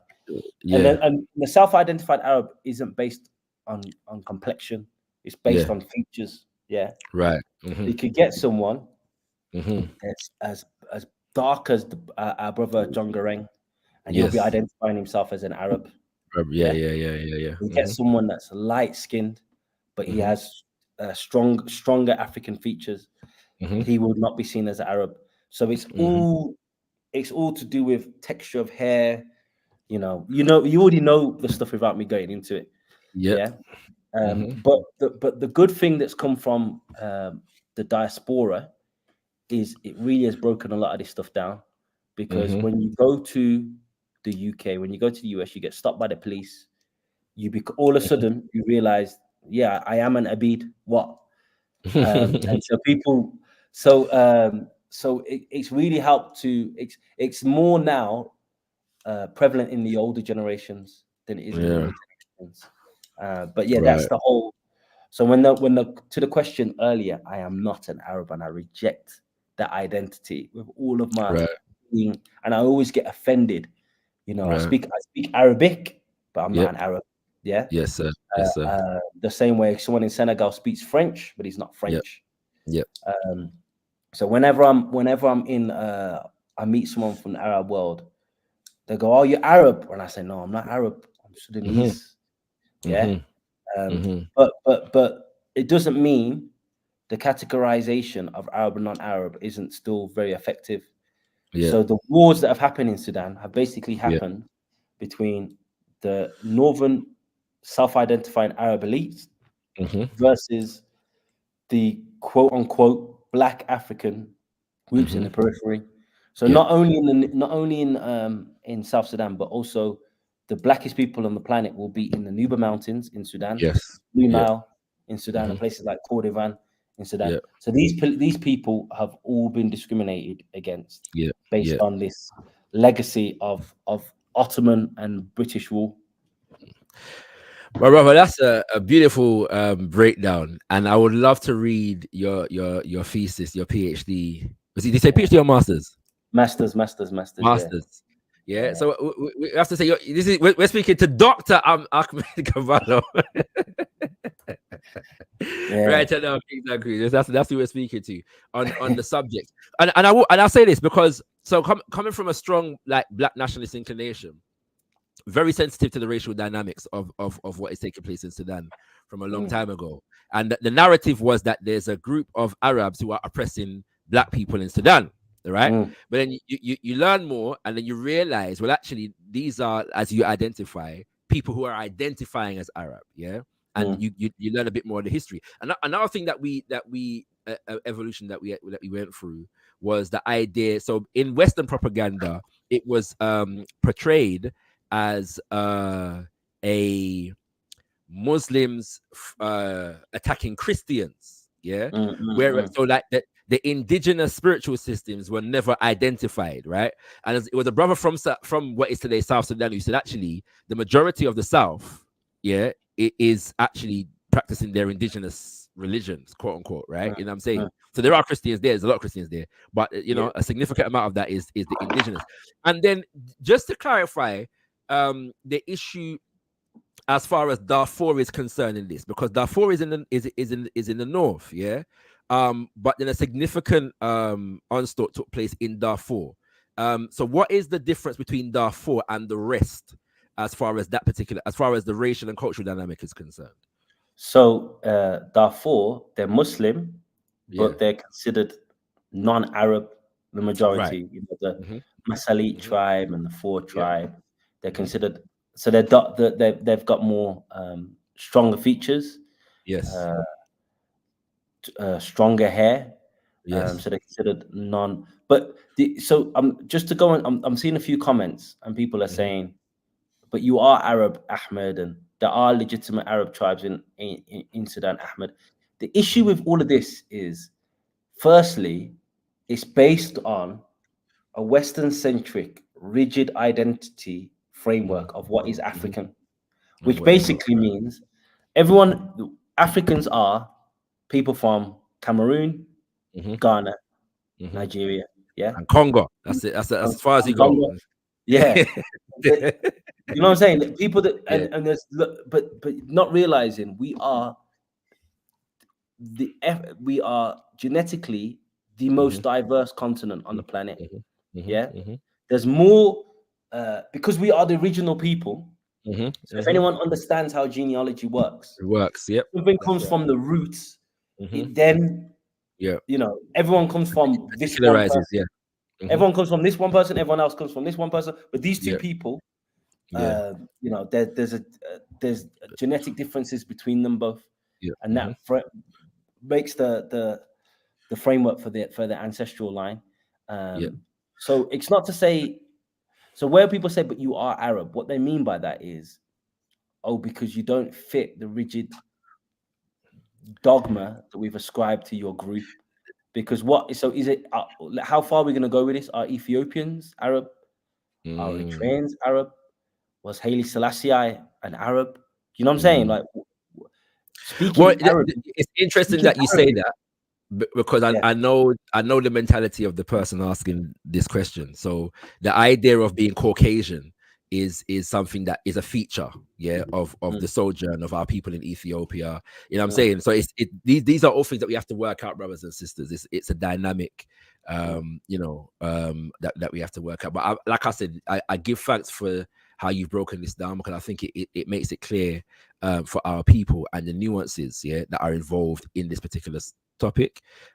We need to understand them properly, and make, judgments and decisions from there, brothers and sisters. But it's in scholastic and linguistic and not linguistic, anthropologic terms, they call it the true Negro hypothesis. So where now all of these designations were created by Europeans and colonial Europeans at that. So there was another question that was asked about whether the people of Sudan are Bantu, right? Bantu, legitimate terminology linguistically, but as a separate grouping ethnically, is not a thing, right? That just what I'm saying. Like, that's something that was created by Western anthropologists, British colonial anthropologists, to create a hierarchy between more and less civilized Africans. And it just so happens that some of us are caught up in that today and try to perpetuate those fallacies and impose them on our people elsewhere. Do you have anything more to say on this before I go to the audience? No, I remember we talked about this before, about Somalis not identifying as black, and that was a good video. I meant to do a breakdown of that. That was a very good video. By the way. Shout out to Content Over Everything for filming that. Yes, sir. But since then, I've had a few Somali trolls, because in Sudan, when men get married, if your male cousin gets married, you put on male hinna. There's no patterns or nothing like that. But you do put on hinna. It's quite common in the Sudanese tradition. In Somali culture, you don't do that. So because I had hinna on, because I'd just gone to a wedding, they really lost their minds. What's this Somali with the nail? They went nuts. Anyway, they followed me on for the next 10 videos. And one thing that they kept saying to me was, why does this brother keep coming with these Bantu theories? Right. Which I get, which they mean is like Pan-Africanism. It's a Bantu theory. So it's something that we really need to address. And something that some people just avoid for convenience. Let's just unite. Let's just unite. But Yes. actually, it's, you know, if we're gonna have, It has to be addressed. it has to be addressed. It Has to be addressed. I agree, my brother. I agree. Thank you for that, my brother. Right, brothers and sisters. Please, if you want a comment or question read out, please at Kimbunga Media, yeah. And I've shared the link so brothers and sisters can come live, and interact with brother Ahmed. Now, the rules for coming live today, yeah. I'm going to require mics, and cameras on, yeah. I'm gonna have to make that a requirement, all right. Unless I know you. Okay, if I know you, I might give you a blight, but I'm going to require mics and cameras on, because, well, I'm not even going to explain why, but that's going to be a requirement today, yeah. And respect is due at all times, yeah. So now feel free to ask questions, to raise points in relation to this. Feel free to even challenge anything that brother Ahmed has said. However, any disrespect, yeah, will result in removal from the panel. Okay. So the only rule here, even if you're challenging, is respect. You challenge respectfully, everything bless. You cross the line of disrespect, you have to get dashware. I saw the thing go. All right, kings and queens. All right, so we're gonna I've got, so the link is in the chat, brothers and sisters. For anybody who wants to come live and interact with brother Ahmed, do you pronounce your name Ahmed or Ahmed or let me try, because you know there's different ways to pronounce these names differently. So yeah, it's in Arabic it's an so Ahmed. Yeah. Ahmed. So yeah. What happened in school? They just called me Ahmed because they couldn't pronounce the AH. But it's Ahmed. Right. Yeah, Ahmed. All right, cool. Yeah. Let's clarify, you know. All right, family. So yeah, so for those who want to come live, the link is in the chat. In the meantime, let me read the questions and comments of people that have at Kimbunga Media. I'm gonna put this up just so people can understand what they need to do. And so the Heru says Kimbunga Media warn, I'm just supposed to say Wagner, I'm sure, are mercenaries. They go where the dollars are. That's correct, or the rubles, as the case may be. Scattered minds. that is being done now. So feel free to click the link if you wish to come true. Dr. Talawa is asking about indigenous languages in Sudan and South Sudan, and this is the question I'm very interested in, because obviously the dominant language they give us is Arabic, but there are many indigenous languages. So how well are they spoken? You know, how well are they used in the language, etc. So in the country, it's a great question. It's one of the most what's the word I'm looking for? Linguistically diverse places in Africa, and has hundreds of languages. So Nubian, there's an actual Nubian language, and it's spoken in the north of Khartoum in Sudan. I had a Nubian friend in London, and I just asked him to like speak to his mom on the phone because I just wanted to hear it, and it's just absolutely beautiful. Yes. But sadly, some of these languages are dying because of the prominence of Arabic. And in Khartoum state, which is where most of the people kind of live and reside, Arabic is pretty much the only language that's spoke. But I hear that if you go to the north, if you go to Darfur, if you go to Nuba, so there's Nubian and Nuba. They'll speak the Nuba language. They'll speak different languages, and obviously in South Sudan, the languages are very much still respected. So the Denka tribe speaks Denka, the Nuer tribe speaks Nuer, the Shuluk tribe speaks Shuluk, and so on. You know, not without its problems. So, you know, during the bloody civil war that happened shortly after independence in South Sudan, there was a report that people from, I think it was the Nuer militia, or was it one of the Denka militias or Nuer militias? Forgive me if I get it the wrong way around. No offense intended.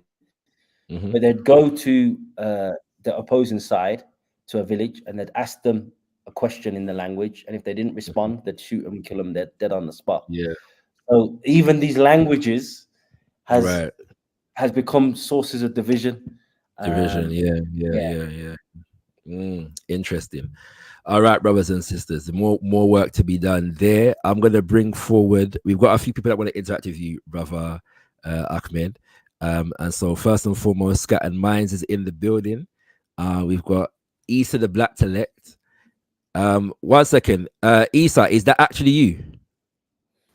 Come on, bro. Come on, bro. No, I'm just making sure because we're dealing with a lot of forces right about now, especially when we've got the CEO of African Streamers. So we want to make sure everything correct. All right. So because I know you, I'm gonna allow you. Yeah, I'm gonna allow you. And Semayu, greetings, my brother. And Aibobo, you know what I'm saying. We see the Haiti flag in the background there, so salute to the man. You know what I'm saying, and all of these things. And I want to shout out African Stream as well, because when Ruto decided that he was going to try and send the troops to Haiti, African Stream was on the ball. Yeah, dealing with that issue. African Stream has been on the ball when it comes to the alliance of the Sahel states. African Stream has been on the ball when it comes to the uprisings of our people in Kenya itself, where it is based. Yeah, so these are the things for why we appreciate African Stream, brothers and sisters. Yeah, and for those who are not aware, yeah, we're not going to go over it again, but you just need to know about African Stream, what is currently taking place with African Stream. I'm going to go in order of appearance and begin with Scattered Minds. Go ahead, my brother. Yes, big up, and blessings. Salam, my brother Ahmed. Yeah, man, this is it's an honor to be here, and thank you for the information that you shared today, and thank you for the work that you've done with African Stream as well. That's important. I want to perhaps start from that point, because I think you mentioned it as well earlier, Shakara, but I think there's some of the issues with some people who, instead of seeing the amazing work that you've done with African Stream, the first thing they want to know is he a Muslim, and does he see himself as Arab, and so on. And I think sometimes if you listen to somebody talk for 2 minutes, you could see which side they're coming from that part of the world. Because I understand there are some people, like you say, who are identified as Arabs. But you listen to somebody talk for 2 minutes, usually you can tell which side they are on. And I think sometimes we just have to be a bit sharper, rather than be so hung up on some of these things that people are hung up on, and they want to keep fighting these battles around, Arabization and stuff like that. Because we know there is an issue of Arabization. But yeah, I think thank you for what you've done on Africa Stream as well. And I'm wondering, maybe you can't go too much into this and we can't talk too much about this. So I do have some questions about Sudan, but I'm wondering how much you thought about African Stream apps and developing that. And like you say, for me personally, this is one of the biggest things that's happening in the community, or has happened in the community. And I'm not seeing enough people talking about it across the board, social media and all these types of places. And I'm wondering if we were able to get a bigger campaign behind this and get people behind this, is that something that you'd be interested in doing? And would you be interested in continuing and developing your own app, so you don't have to rely on any of this Western infrastructure? Thank you, and walaikum assalam. Yeah, definitely. My skills, I have skills, but they're limited to journalism. So I've had a few people messaging me saying, why don't you set up your own Instagram? I was like, that's not an easy thing to do. It's not an easy thing to do. So if there are technologically advanced people and they could be recommended, then we would definitely be interested. Because the work's important. The work's important. Of course, different people have different levels of risk they're willing to take. When you get attacked on that level, there's a lot of staff members that, I'm not going to say too much, but understandably, they get worried. So of course, there's a lot of issues that's caused because of. I had one staff member, I'm going to say no names. He says, "Are we going to get assassinated?" Yeah, it's a real question to ask, yo. I'm not even going to lie. So it's challenging. It's a challenging time. But any solutions were all ears. Before you come back, Scattered, let me just say something quickly. I'm planning a conversation called "We Need Our Own Beyond the Mantra," to address exactly what Brother Ahmed just said a minute ago. Why you not set up your own YouTube, right? These are difficult things to do, and so we need to understand the kind of the actual terrain as far as digital media is concerned and how it operates. Because when you look at that, really really the conclusion that you're going to come to is that we need our own internet. Yeah, that's the conclusion that you're going to come to. Your website can be shut down too. Just making that point, right? Your website can be shut down too, yeah, within how things are constructed at the moment. So it suggests to me that people need to up their knowledge of this infrastructure, this digital infrastructure that we're on, and what it's connected to as far as institutions, as far as governments, as far as corporations, yeah. Because it's too easy for people to say, well, why don't you set up your own, as though that's not a collective process. If you're saying that to Brother Ahmed, your next question needs to be, how can I support you in doing that in whatever way I can? Because that's a collective process. That the YouTube is run. There are whole farms of machines that power this thing that we're calling YouTube right about now, without which it couldn't work. So if you want to set up your own YouTube, how much land do you own? You know what I'm saying? Ask yourself those questions. Yeah, then you'll be able to come to some kind of a solution. I'm putting it out there, so stay tuned. Conversation. We need our own beyond the mantra. Coming to Kimbunga Media for as long as we remain here. Soon. Go ahead, Scattered Minds.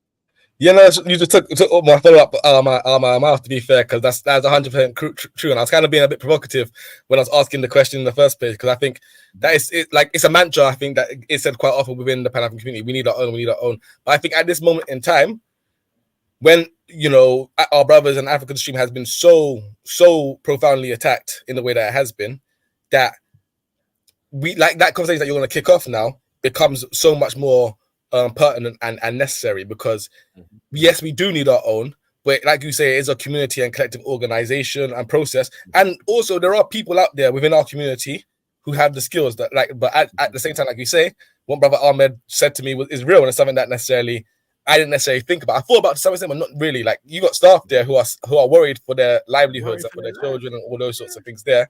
And you're gonna have people out there who have these skills. Maybe you got a technician that works for Google or something like that, and he's an engineer. He knows how to put this stuff together, but is he willing to step away from that? And is there a security or safe space for him to be able to do that? So I think having our own means like a plethora of things beyond just the one, like creating the internet. There's a physical security as well to it that comes into as well. I don't want to take up too much time, but I did want to go onto the Sudan topic. Vested interest. So my wife is Sudanese. I am, and yeah, I mean, their families had to move and relocate. They tried to stay, do the same thing that your dad done as well. And so my son as well, half Sudanese. So it's an interesting and difficult time over there. And I think your summary was really good. But I think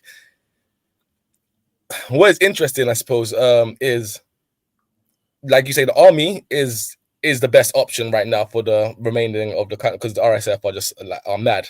But at the same time, the history of this army and sort of the link, their connection to Bashir and his sort of regime, and the things that they used to say during his regime, even if you go back to like the beginning of it, a little bit of it was wild. Like, you had a Sudanese minister under Bashir go to the African Union, talk about we're going to continue under Arabization.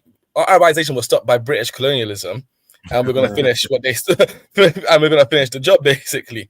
And so these people aren't safe. But why do you think it is that in Sudan there hasn't been able to be an effective sort of civil rights movement or a counteract against it? Is it because of the strength of some of the sort of Islamist Muslim Brotherhood, Tarabi, and those types of people's sort of influence? Or is it that just a black identity isn't? Because my father-in-law, they love Bob Marley, right? Like, all of them love Bob Marley and his music. I never met a Sudanese person that didn't love Bob Marley. So you would have thought some of that might have seeped in through that even. But there's still sort of very much, we love Bob Marley. We recognize that we're Africans for some of them. But, there was never a civil rights moment, I suppose. The answer to that question is an uncomfortable one. But too many people in the north benefited from the system. If you go to before South Sudan became its own country, almost every Sudanese household would have a South Sudanese cleaner who they're paying less than nothing, that lives in a room at the back. So what are you going to talk about civil rights? You have to get a new cleaner. You have to pay it. That's the uncomfortable truth That's just the uncomfortable truth. Do you know what I'm saying? So yeah, I think that's the main reason. You know, that a lot of Sudanese women, I don't know anything about you, don't clean because they come from that background. They come from that background where they grew up with a cleaner that comes in 6 days a week, that gets paid next to nothing, that walks around that. You know what I'm saying? So yeah, that's my opinion. That's my opinion. I'd be interested to hear what other Sudanese people think as well regarding it. Yeah, no, that's fair. That's fair, to be fair. My wife does clean, by the way, but yeah, no, similar thing though. I know. But she grew up in the like first few years of her life in love, but she moved over here and so she lived most of her life here. So there's no one to clean off after her. So I think it's a fair point. Let's be clear. I'm not in any way saying the job to cleaning is a woman's one. Yeah, for sure. A woman's one. So I didn't mean to say it that way. I'm just saying that that's the reality. That's the reality. People had all sorts of tasks that they didn't want to do done by people from the Nuba Mountains or South Sudan. Unfortunately, those jobs have now been replaced. I've never quite understood why, but by what they call the Habesha, the Ethiopians and Eritreans, mostly Ethiopians. Yeah, and I've never understood why, because Ethiopia's economy at some point was as good, if not better, than Sudan. I guess the country has such a large population. I'm not sure, but there were a lot of Ethiopians that migrants, and filled those jobs. Cool. One more question, if you allow me, Shakara. Sorry. Go ahead. 2018, we saw the sort of the revolution, like you said back then, and during that time, it was quite interesting. People were bringing back the old Sudanese flag. People were talking about the Kandakar, the image of the African woman, the strong African independent woman, the leader, the defiant leader, and it was an interesting time because it felt like some of that could possibly start seeping into Sudanese culture. Maybe questions might start being asked. Obviously, like you said, it was a half-finished revolution, and it was always going to be for the people alone to do it. But there seemed to be like that sort of influence and thing coming around. Do you think that has that just been killed now by this civil war completely? And do you think there's a possibility for some of that to come back? Because it kind of came out of nowhere to some extent. People weren't talking like that from what I remember, and all of a sudden people were talking about, Yeah, no, that was an important. So the reason why they changed the flag is because General Numeri, when he took the shift towards the Arab world, went with the Arab colors. Obviously, the Sudanese flag looks like the Palestinian flag, looks like a few other flags from the Arab world. So they were trying to say, the reason why we've had these conflicts in and around Sudan in the peripheral regions, partly to do with this Islamist Arabization of Sudan. So actually, we need to get back to the African roots of all Sudanese people. So that was again something led by the young people, because I've never met a young person born in. Sorry, are you still there? Yes, sir. Sorry, my wife was calling me to keep it down. I'm sure. Okay. I've never met a Sudanese person who was born out in the so-called West that identifies as Arab. We all identify as Black, because we're quickly shown by the boy them and the ups that we are Black. You know what I'm saying? So it clarified, and that's even a conversation about Pan-Africanism in general. If we look at the Pan-African movement, people can debate where it comes from, but most people would be unified in saying Marcus Garvey is the founder of what we describe as Pan-Africanism today, a Jamaican who lived parts of his life in the US and parts of his life in the UK. And that really, when you're in the heart of Babylon, it really clarifies the need for unity. It really clarifies the need for coming together based on the common struggle that we all have. You know what's interesting? Sheikh Anta Diop has a book called The Cultural Unity of Black Africa. Yeah, I've got a video that's been going around on Facebook about that book. It's just been reprinted at the moment, and a lot of people attack the concept. Yeah, but it's amazing, like you just said. Yeah, you just identifying about identifying and people being able to unify along a shared African origin. It's amazing how we find that, right? Do you know what I'm saying? Under certain circumstances. So it's amazing what can come of it, you know, when we choose to employ it. But let's hope that spirit continues.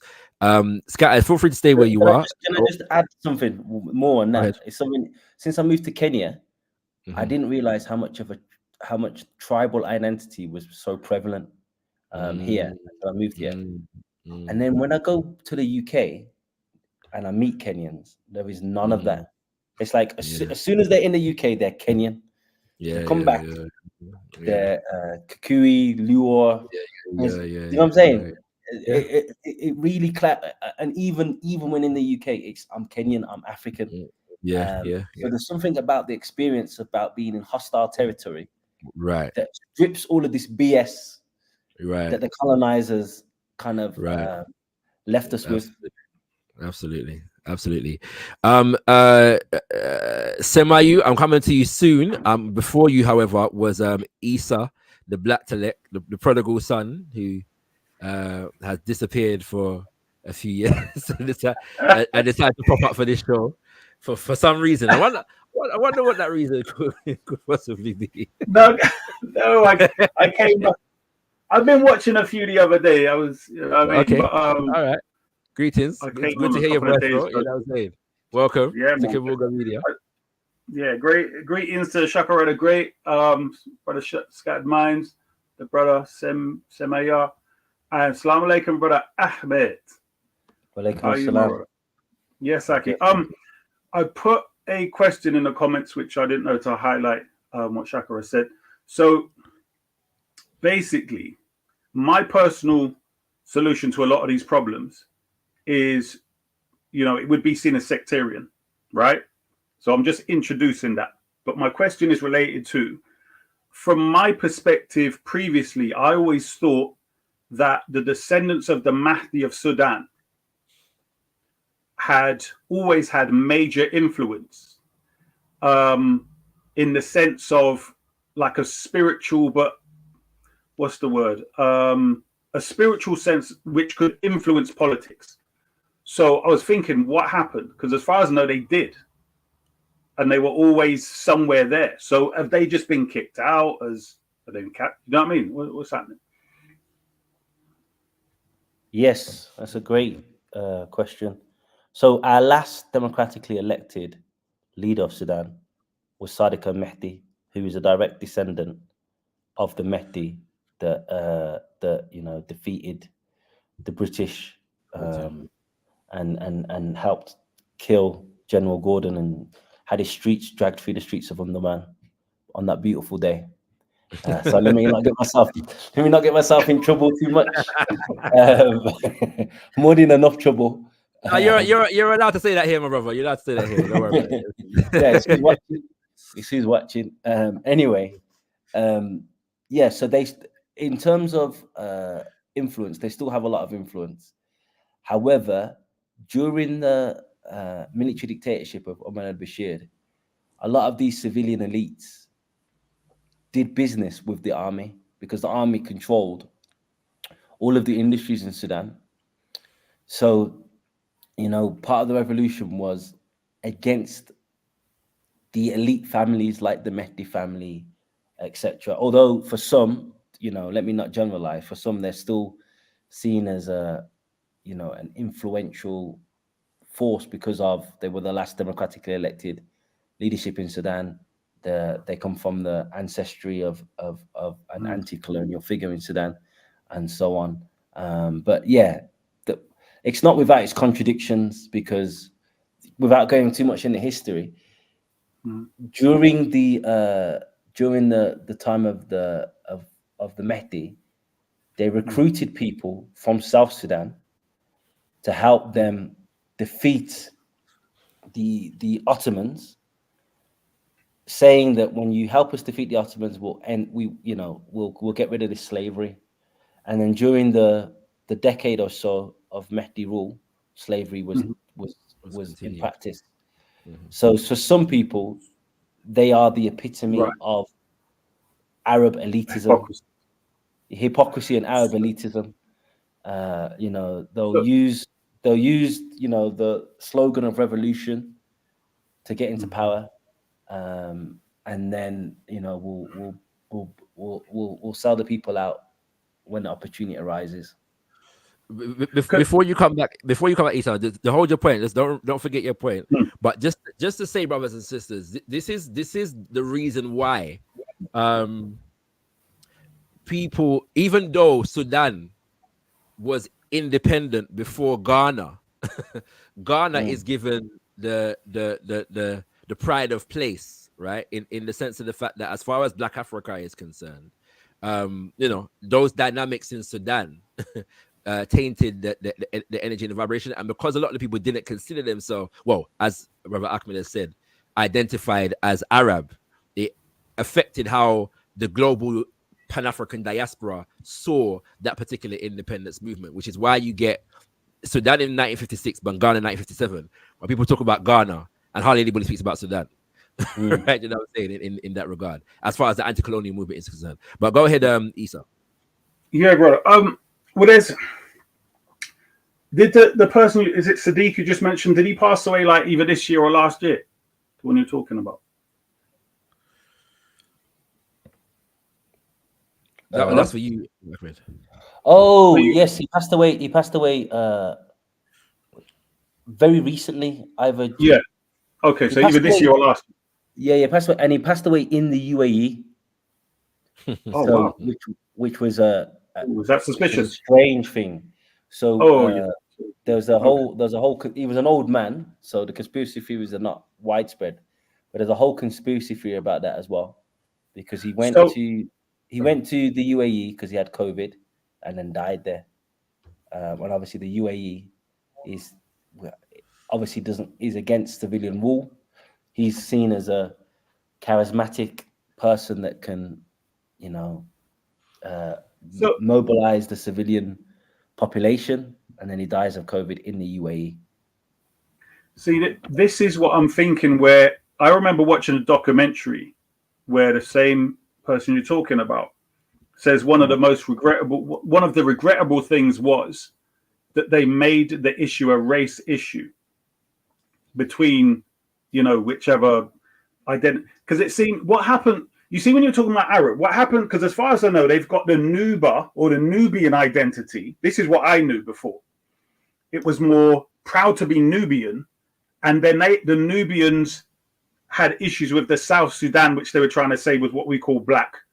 And then a bunch of Nubians were mixed with Arab and were proud to be Arab, but you were still like Nubian was the highest. Has that changed, or was that never the case? Did I get it wrong, or what was the deal there? I've never heard that one before. Yeah, the Nubians are a distinct ethnic group in Sudan. They're not even primarily in Khartoum. They're like north of Khartoum, in places like Dongola, Merowe. So they're on the border of Egypt. Yeah, so on the border southern of Egypt and northern Sudan is and they've got a very distinct look, because, you know, the way we all look is based on the contextual conditions of our people. So because they come from the Sahara Desert, where there's a lot of sand winds, they usually had very small eyes, is one of the features. Right. But yeah, I'm not sure about the Nubian Arab dynamic. There will be people that are Nubian that will probably identify as Arab, and there'll be people that are Nubian that say, no, I'm just Nubian. So it's complex, isn't it? Because the Nubians obviously stretch into southern Egypt as well, and then the Nubians in southern Egypt, in Aswan, don't identify as Arab. So it's all to do with the conditions in which you're in, and the kind of the conditions of that, the racial stratification of that state. The reason I'm saying that is because there's a brother that, you know, used to come to Speaker's Corner, called Mahdi, and he's a direct, the Sadiq is his uncle, right? So he's a descendant from both his mum and dad of the Mahdi of Sudan, and he used to constantly talk about the important role of the Nubians throughout ancient history. Like When Alexander the Great turned up, it was the Nubians that told him go away, and he was like, you know what, I don't want no heat, and he does. And a few other people came and they saw the Nubians. Do you know what I mean? So it might be he's just saying it, but I always thought that's just to say, Issa, sorry, just because historically the term Nubian is superfluous as well. Just what I'm saying. So in terms of how it's used historically, like even if the word Nubian is not an indigenous word, right? Just what I'm saying, it's a word that has been used. Right. It might derive from an indigenous word. You know what I'm saying? But what I'm making is that like Nubia being a region. And then there's a whole thing around that, and then when you bring the Bible into it, don't do that, right? No, it's real. Like, you're gonna bring Dr. York next. No, it's a real thing because people see history through the lens of the Bible, so sometimes that affects how people actually see historical documentation as well. So I think that's probably where you're coming from. But make your final point or ask your final question, and then we'll. Okay. I mean, because I can see you're solution based. Some of the things I used to say to a lot of brothers who are Pan-African and were not so well received at the time. A lot of brothers seem to have got back to me and said, you know what, I think they seem to feel I was right when it comes to the solution to a lot of our problems has been what people would call sectarian. So, I mean, I don't want to bring it up here, but you know, I would like to present it to you because I think as many people as hear the ideas might take them on board and be able to speak them elsewhere. I don't know if Shakara wants me to give an introduction to that or leave it. Say what you're saying, bro. Say what you're saying. Yeah, that was a long introduction. Okay. Right. I've been for a long time, so I know where he's gonna go with this. But yeah, let's just get it out there. He knows. So me as a Black Afro-Caribbean convert to Islam was a Sunni first, right? So in my pro-Black research, I generally found that the Arabs were Black Arabs and that the Black family of the Prophet were pushed out. And via, let's say, the Sunni ideas, you had the Zanj rebellion. After the Zanj, you then had a very, whiteified version, and they've carried that ever since. And from my personal experience, research, interaction, etc., for over 20 years, I've always noticed that no matter how you try it, once you're a Sunni, you're subject to being a slave to this, at least the first 3 generations of seeing them as superior to yourself. Whereas the others, you only have, let's say for the 12er Shia, you only have 12 individuals, which can be any, you know what I mean? If you've got 12 specific people, not a whole group of people that are good and bad and they were still superior to you, it means the whole race is superior to you. So what my point is in regards to people where they're not going to leave the whole religion. So if, let's say, a Sunni became a Hebrew Israelite, all good. If it became Nation of Islam, all good. If it became Pan-African, all good. But I'm saying the first step away would be to be a pro-Black, so-called Shia Muslim. Do you understand what I'm saying? I know it probably makes you think, what the hell? But from my examinations, this is absolutely, for those who want to remain in the fold of Islam, the only way out where we can stand strong, not only align ourselves with the Black Arab being Black, but also use our own intellect, knowing that our 6th Imam was an alchemist, and then resort ourselves back to seeing the whole religion and everything through science. Because that's how that's how we used to see everything. Everything was scientific. Everything was based upon knowledge, etc. So, that's what my point is. I'll allow you to comment on that to the extent that you understand it, brother Ahmed. Sure. I'm going to leave you. Sure. I think, religion across the board, because, there's been points where we've been accused of being anti-Christian if we point out things that are happening in the evangelical Christian society in Africa. But generally, our greatest leaders, past and present, have been of all faiths, all religious backgrounds, and none. Yeah. If you look at the 3 leaders leading the revolutionary charge in Africa right now, all of them, the 3 of them are Sunni Muslims: Ibrahim Traore, Asima Gota, and after Rahman Tiani in Niger. So your religion doesn't forfeit your revolutionary credentials. Yeah, it helps you conceptualize how what happens in the thereafter for many people, but it doesn't negate the need to struggle here and now. Yeah. Now, of course, I understand where the question's coming from, because there is a lot of racism in the Islamic world. Let's be real. There's a racial hierarchy in the Arab world. Let's be real. And there are brothers that their religion has done the opposite effect. It hasn't inspired them for struggle, but it's given them this kind of passive defeatist idea of everything was ordained anyway, so what's the point? So yeah, I'd instead of focusing on what someone believes, I'd say maybe we focus more on their contribution to the struggle and their dedication to the struggle. If they're not dedicated to the struggle, whether they're Muslim, whether they're Christian, whether they practice indigenous beliefs, then they're no use to anyone, and vice versa.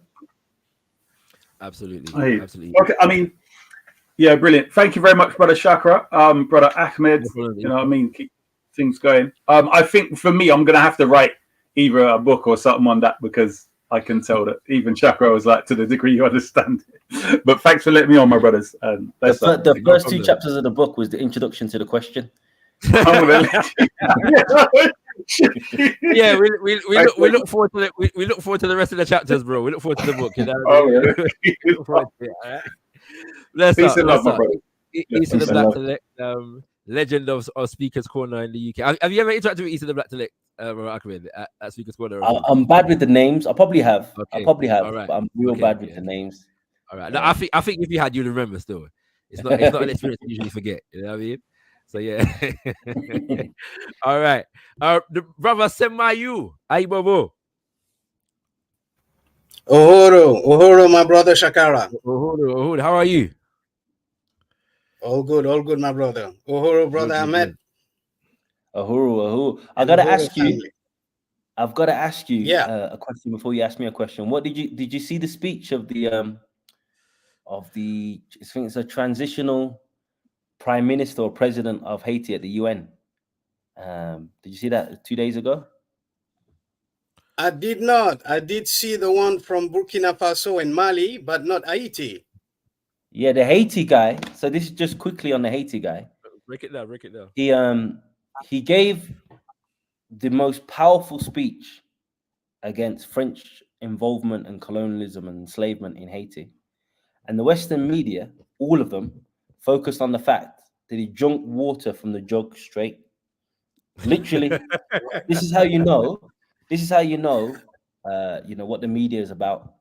So he gives this whole speech saying, Haiti was set up to fail because of the colonial debt that France imposed on the country. He gave this whole speech at the UN, and then they focus on the Haitian leader drinks water, not from the cup, but straight from the jug, playing into the racial undertones of what Donald Trump and his VP are saying about, these people are not like us. They eat pets. So there's a lot. There's a lot going on right now with Haiti. So you've got our full brothers and sisters.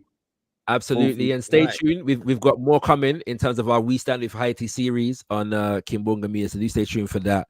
We're not going to come off of that subject, brothers and sisters. So yeah, do stay tuned. Go ahead, brother Semayu. Just wanted to thank you both for a start. And brother Ahmed, you're a very courageous man.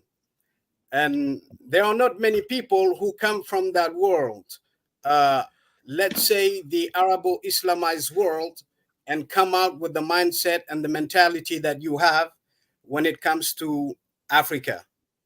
And that's something to be appreciated. But I just wanted to go back to a mistake, maybe not, or... Oh, our brother seems to have frozen. My connection dropped. Can you hear me? Yes, it did. Yeah, we can. You just said the last thing we heard was you want to come back to a mistake, maybe not, and then it cut out. So continue from there. Right. So because I also watch another sister when the conflict started in the Sudan, a sister that was invited by a brother in America to basically explain the situation, and pretty much the same question you got from Brother Shakara to explain. Basically, you both went back to 2005. But I'm one of those who believe that if you really want to understand a problem, you must go to the very beginning. And I rarely, exceptionally, hear some. Our brother seems to have dropped slightly again, but we'll get him back. He seems to be on the verge of a significant point. Yeah, he was about to drop some gems.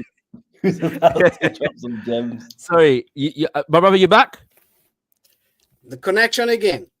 Yeah, no problem, brother. We'll persevere. We'll persevere. You said you the last thing you said was I rarely. Right. So yeah, just to if you want to understand a problem, I believe you must go at the very beginning. And when it comes to the Sudan, generally when people who are from the Sudan and are explaining the situation, if they are from the north, they tend to put the issue back to the British. Basically, the colonizer came and did what he did. You went as far as the Ottoman. That's great, but you must go all the way back to 643.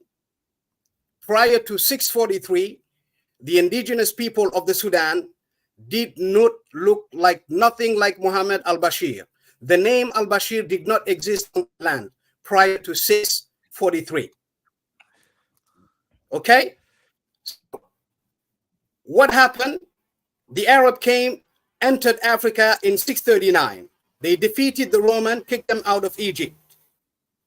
In 643, they attacked Africa, the kingdom of Dongola. That was the first time these two nations faced each other. They were defeated. They went back and came back in 651. It was a draw and a treaty was signed. The Treaty of Baqt, B-A-Q-T. That was the first time in the history of Africa that African rulers were forced to give away their people as slave.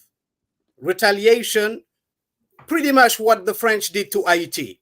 If you do not sign that treaty, we will keep coming back until we have our way.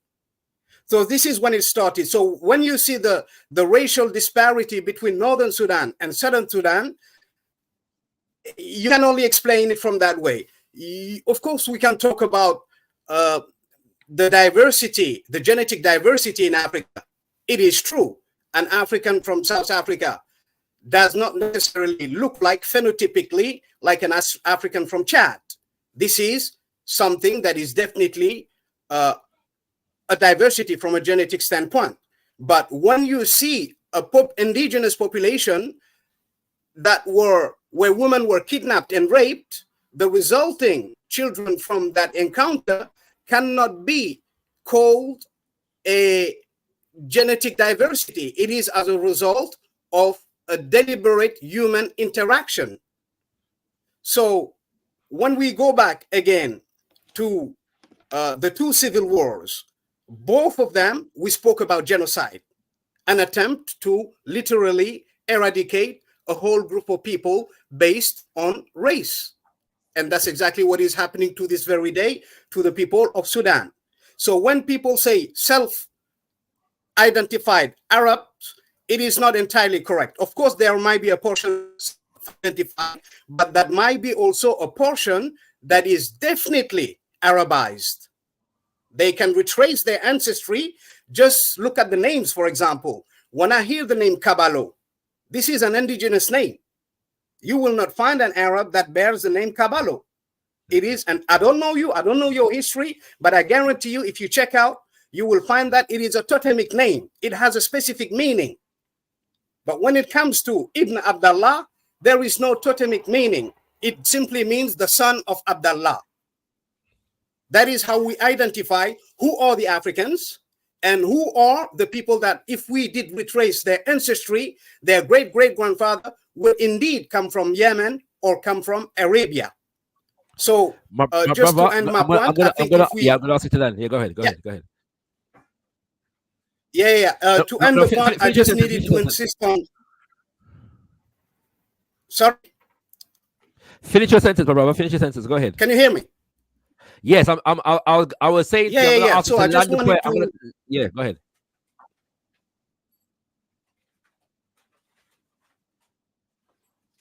Sorry, my brother. I was saying I'm gonna ask you to land your point, but you can finish your sentence. Oh, he seems to have frozen again. Okay, well, brother Ahmed, you've got the point, so feel free to respond. No, it was a very interesting point, and I want to get the name of that treaty because it's something that I'm familiar with it. The BACT treaty. BACT. BAQT. Yeah, BAQT. It's basically after the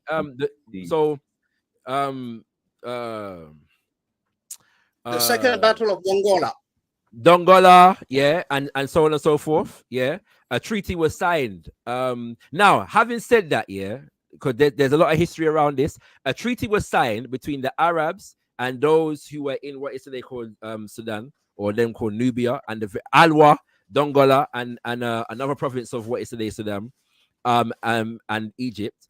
That required the Africans in the south to tribute a certain number of enslaved bodies to the Arabs who are taking over Egypt on a yearly basis. Yeah. 360. However, according to the internet, I just had a look. 360 slaves per year. Per year, right?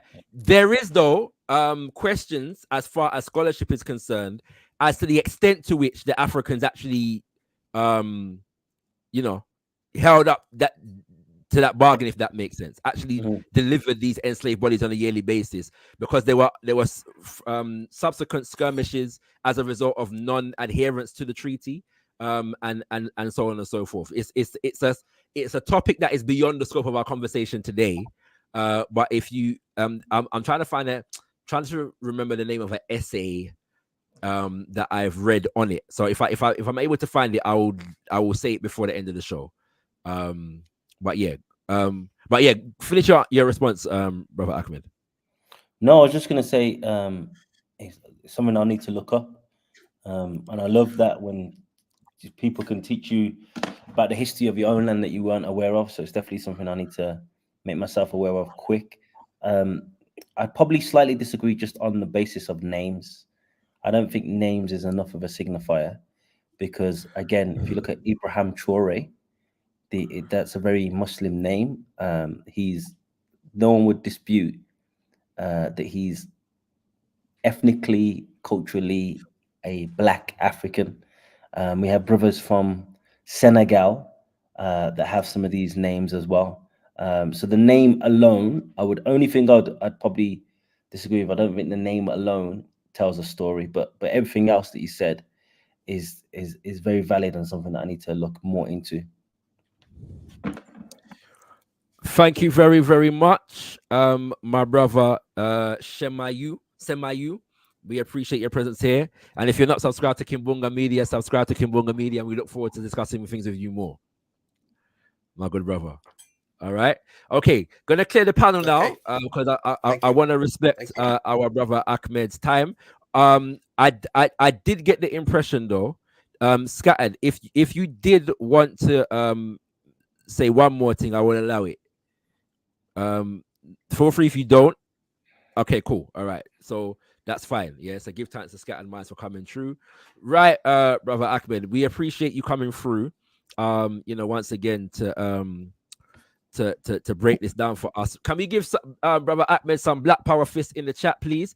If you have been dutifully informed and educated today, brothers and sisters. Let's see some Black Power fist in the chat for our brother Ahmed. Right, the Islamic world, brother Ahmed, a reconsideration of the BACT treaty by J. Spalding.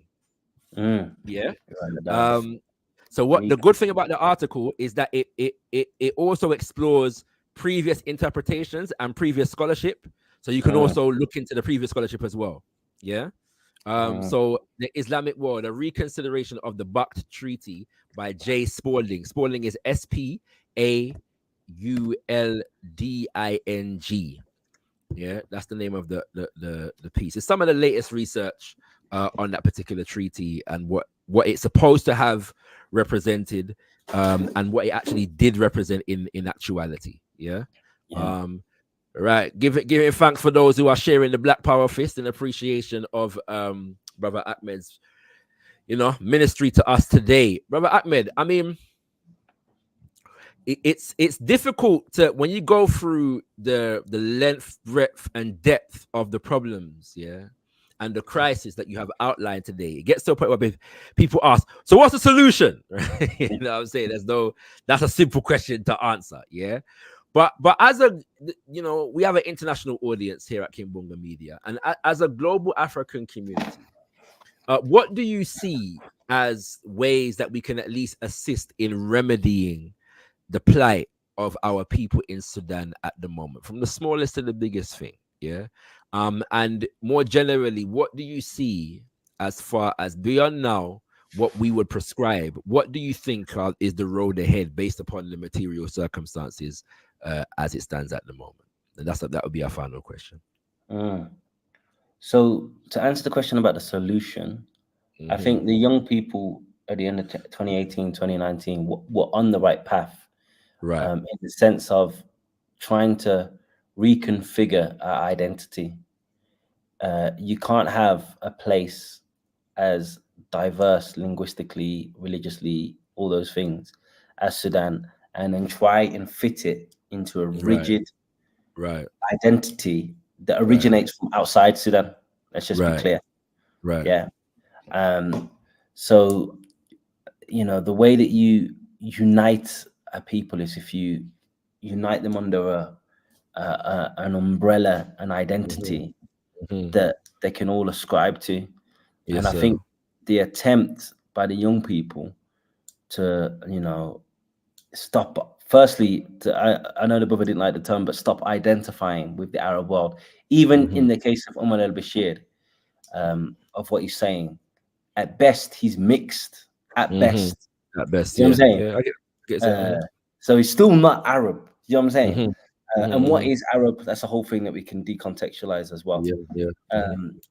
But what he definitely is African, in Africa, in one Sudan's biggest country in Africa, in a country that actually inhabits the darkest people on the planet. So you can't. It's not like you're talking about a Tunisia. Not that Tunisia doesn't have black people, small but you're talking about a place where majority of the country are the darkest people that you'll see anywhere in the world. You know what I'm saying? It's just lighter skinned people have captured the state, and that's a fact. So understanding the need to pivot away, there is racism in the Arab world. What is the point of trying to appease to a group of people that will never see you as equal? When you're part of a continent, where people do see you as equal. It's just strategically not the smartest thing to do. These people go to work in Saudi Arabia. They dress in the most Arab outfits, only to be insulted on a regular basis, only to turn on the TV and find comedians mocking. There's a Saudi comedian. I saw a video of a Saudi comedian at a gathering, and he's got like a big bum, and he's painted his face black, and the whole audience, there's him. You could just dismiss him as an idiot, but the whole audience is laughing. And this is the humiliation. Trying to pivot towards the east. Right. That's definitely a solution, and I think that will help the Sudanese people. Now, what can we do? What can the diaspora do? Is just offer support. Do what you've done. Talk about Sudan first and foremost. Raise the flag about Sudan. Show the concern. I think when people come out of this, the Sudanese people will remember who talked about us and who didn't. You said, you framed it well at the beginning. You said that what's going on in Palestine is rightfully talked about. But no one in the Arab world is talking about Sudan. No one in the Arab world is talking about Sudan.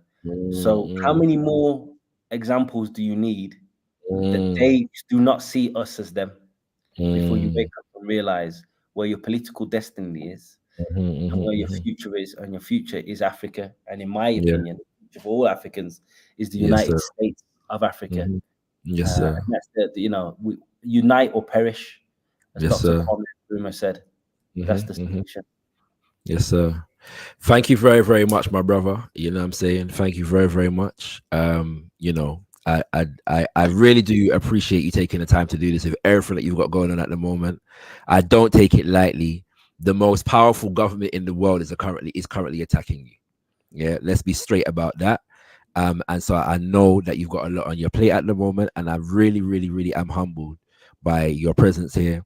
And the time that you've taken to explain this for our viewing audience. Yeah, I want you to know that I really do appreciate it. Yeah.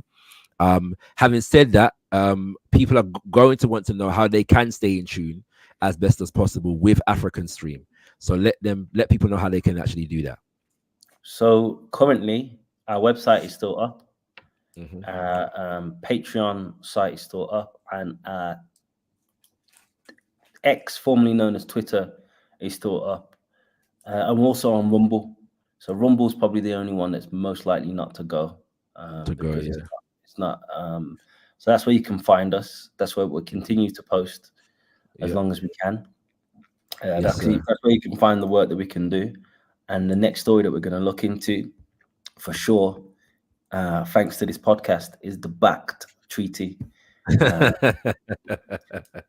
That's the great thing about staying engaged, and having these conversations. There's always topics that come up.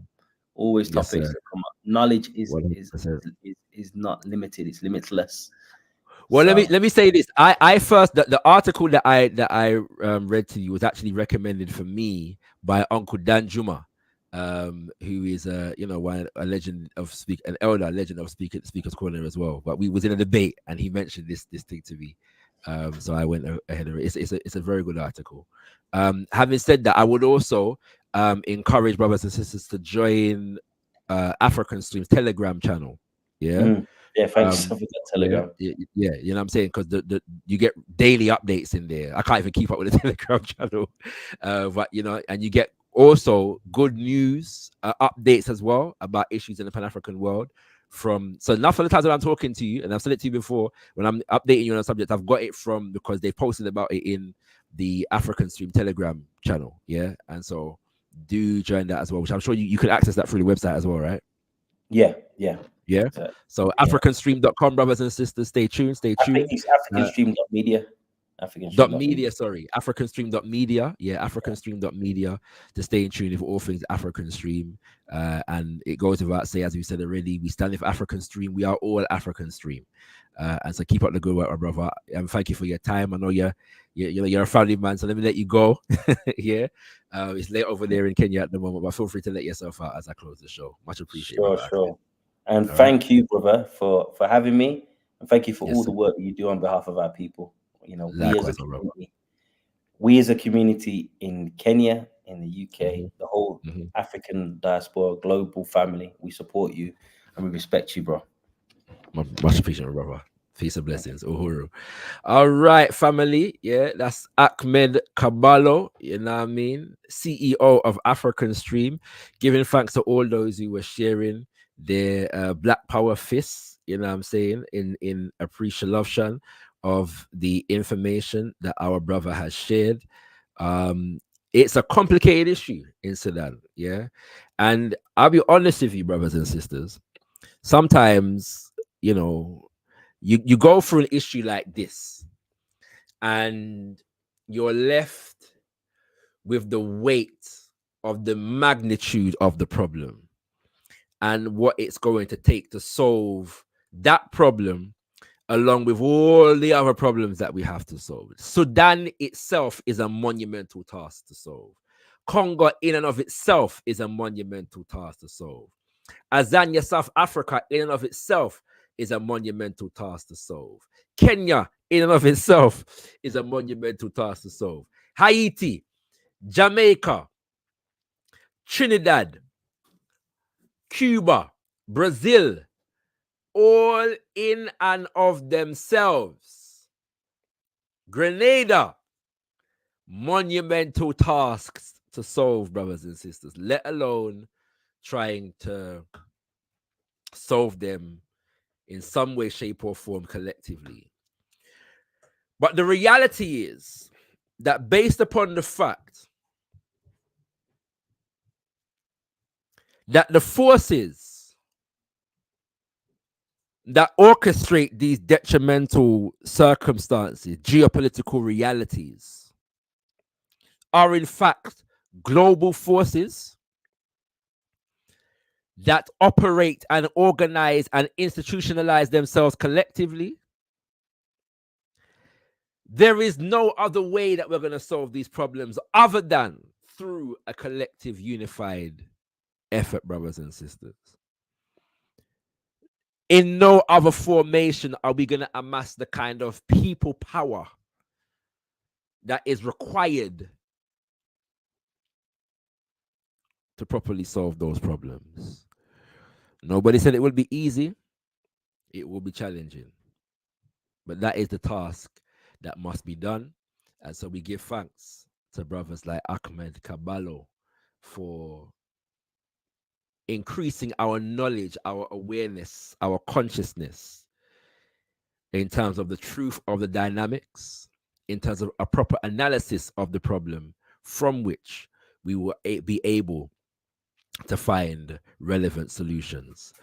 And with that, brothers and sisters, let me remind you of the fact that this in 2 weeks' time, on the 12th of October, we have the return of the Jikola Kimbunga African Survival Initiative Roundtable. We're looking at the dynamics of the US election and its relevance to Black people, its effect and implications on African people. And our next session is going to be focused on the US government versus Black people in the USA. So domestic policy analysis is going to be taking place on that day. We had to postpone this session on the 28th of September, and it has been postponed until the 12th of October. So do stay tuned for that, brothers and sisters. 2 weeks following this, on the 26th of October, we will have a session dealing with American foreign policy in the light of the coming American election. How is the American election going to affect us in the Caribbean and Africa and Europe and etc., etc., etc.? That will be on the 26th of October. Also want to let you know about the African World Special Edition War Report, looking at issues around the African diaspora, produced and led by the production team assembled by Mama Marimba Ani, which I am proud to be a part of, brothers and sisters. You can acquire this particular publication via the link in the description to the video, and it's absolutely free, brothers and sisters. Absolutely free, brothers and sisters. So we encourage you to get your African World War Report special edition right now. And with that, we say unto thee, tune in, brothers and sisters, to Sankofa Speaks. Yes, indeed, brothers and sisters. We had a beautiful episode with our auntie Medai breaking down her history as a Pan-African activist and educator in the UK. It's an excellent episode, getting some beautiful feedback from that particular show. Sankofa Speaks, hosted by I Empress, who is dutifully bringing nation-building conversation to the masses of the African world. We also yesterday released the relaunch of Kushkim University, featuring the People's Professor, the Black History Man himself, Robin Walker. Appropriate, because we are in the month of Black History. Yes, indeed, brothers and sisters. And I was going to, at the beginning of the show, hail up our elder, Achaba Adayesebo, who is, in fact, the key leading light and founder of Black History Month in the UK. More on that in the coming month, brothers and sisters. But for now, check out Kushkim University episode on the ancient empire of Ghana, also known as Wagadu. Excellent episode. We're getting some good feedback from that as well. And with that, I say unto thee, If you are not subscribed to Gotkush TV, sorry, to Kimbunga Media, subscribe to Kimbunga Media. Like the video, share it far and wide. Tendai Mwadi, be thankful unto the Mother, Father, creative life force of the universe. Kodzai Mudzimu Mukuru. We give praises unto our great ancestors because our ancestors are worthy to be praised. Abibi Fahodie, Abibi Tumi, African power and African liberation for all African people. Ashe, Ashe, Ashe. My brother also talks about our romanticizing of Mama Africa. I don't romanticize Mama Africa. I'm not into romance, I'm into Afriman. Right. And I am indeed most Afrimantic about Mama Africa. Most excited about Mama Africa. If you can be excited about Mecca and Hajj, then I can be excited about Mama Africa.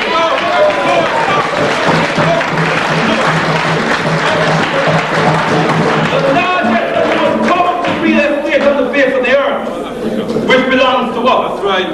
If you accept that Africa is the womb of humanity, then you accept that Africa, by implication, is our mother. That's right.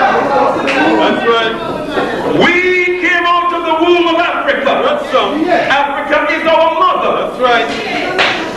Your mother may be perfect, may be imperfect, but she is still your mother. That's so.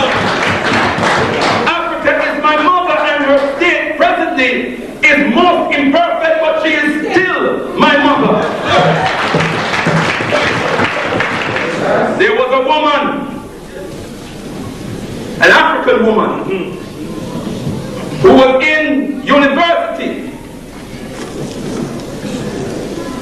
She was adopted, and she went to university. And brothers and sisters, one day, another woman came to her and said, your mother is in the canteen and she wants to speak to you. Listen good. And she got up and ran out. She was raised by white people. She got up and ran out to see her mother, and when she looked, she saw a black woman, an African woman, with her face badly distorted because her face was burnt. Listen good. The woman looked at her mother and she said to the person that called her, oh, that's not my mother. My mother is not that ugly. Listen good. She went back to where she was, and the sister went with her. And whilst they were in her dormitory, her mother came, she found the dormitory, entered the dormitory, and said to her, yes, indeed, I am your mother. She said, I am not now what I looked like when I had you. Listen good. If you want to know what I look like, look in the mirror. Good son. I look exactly like you. Then she said, I got this way, my child, because I tried to save you from a fire. Listen good. You were in a house that was burning down, and I sacrificed my beauty to save your life. That's right. And she said, the only thing that pains me now is that you have become so mean and so wretched in your spirit. Mama Africa may not be looking too beautiful now, brothers and sisters, but she is still our mother.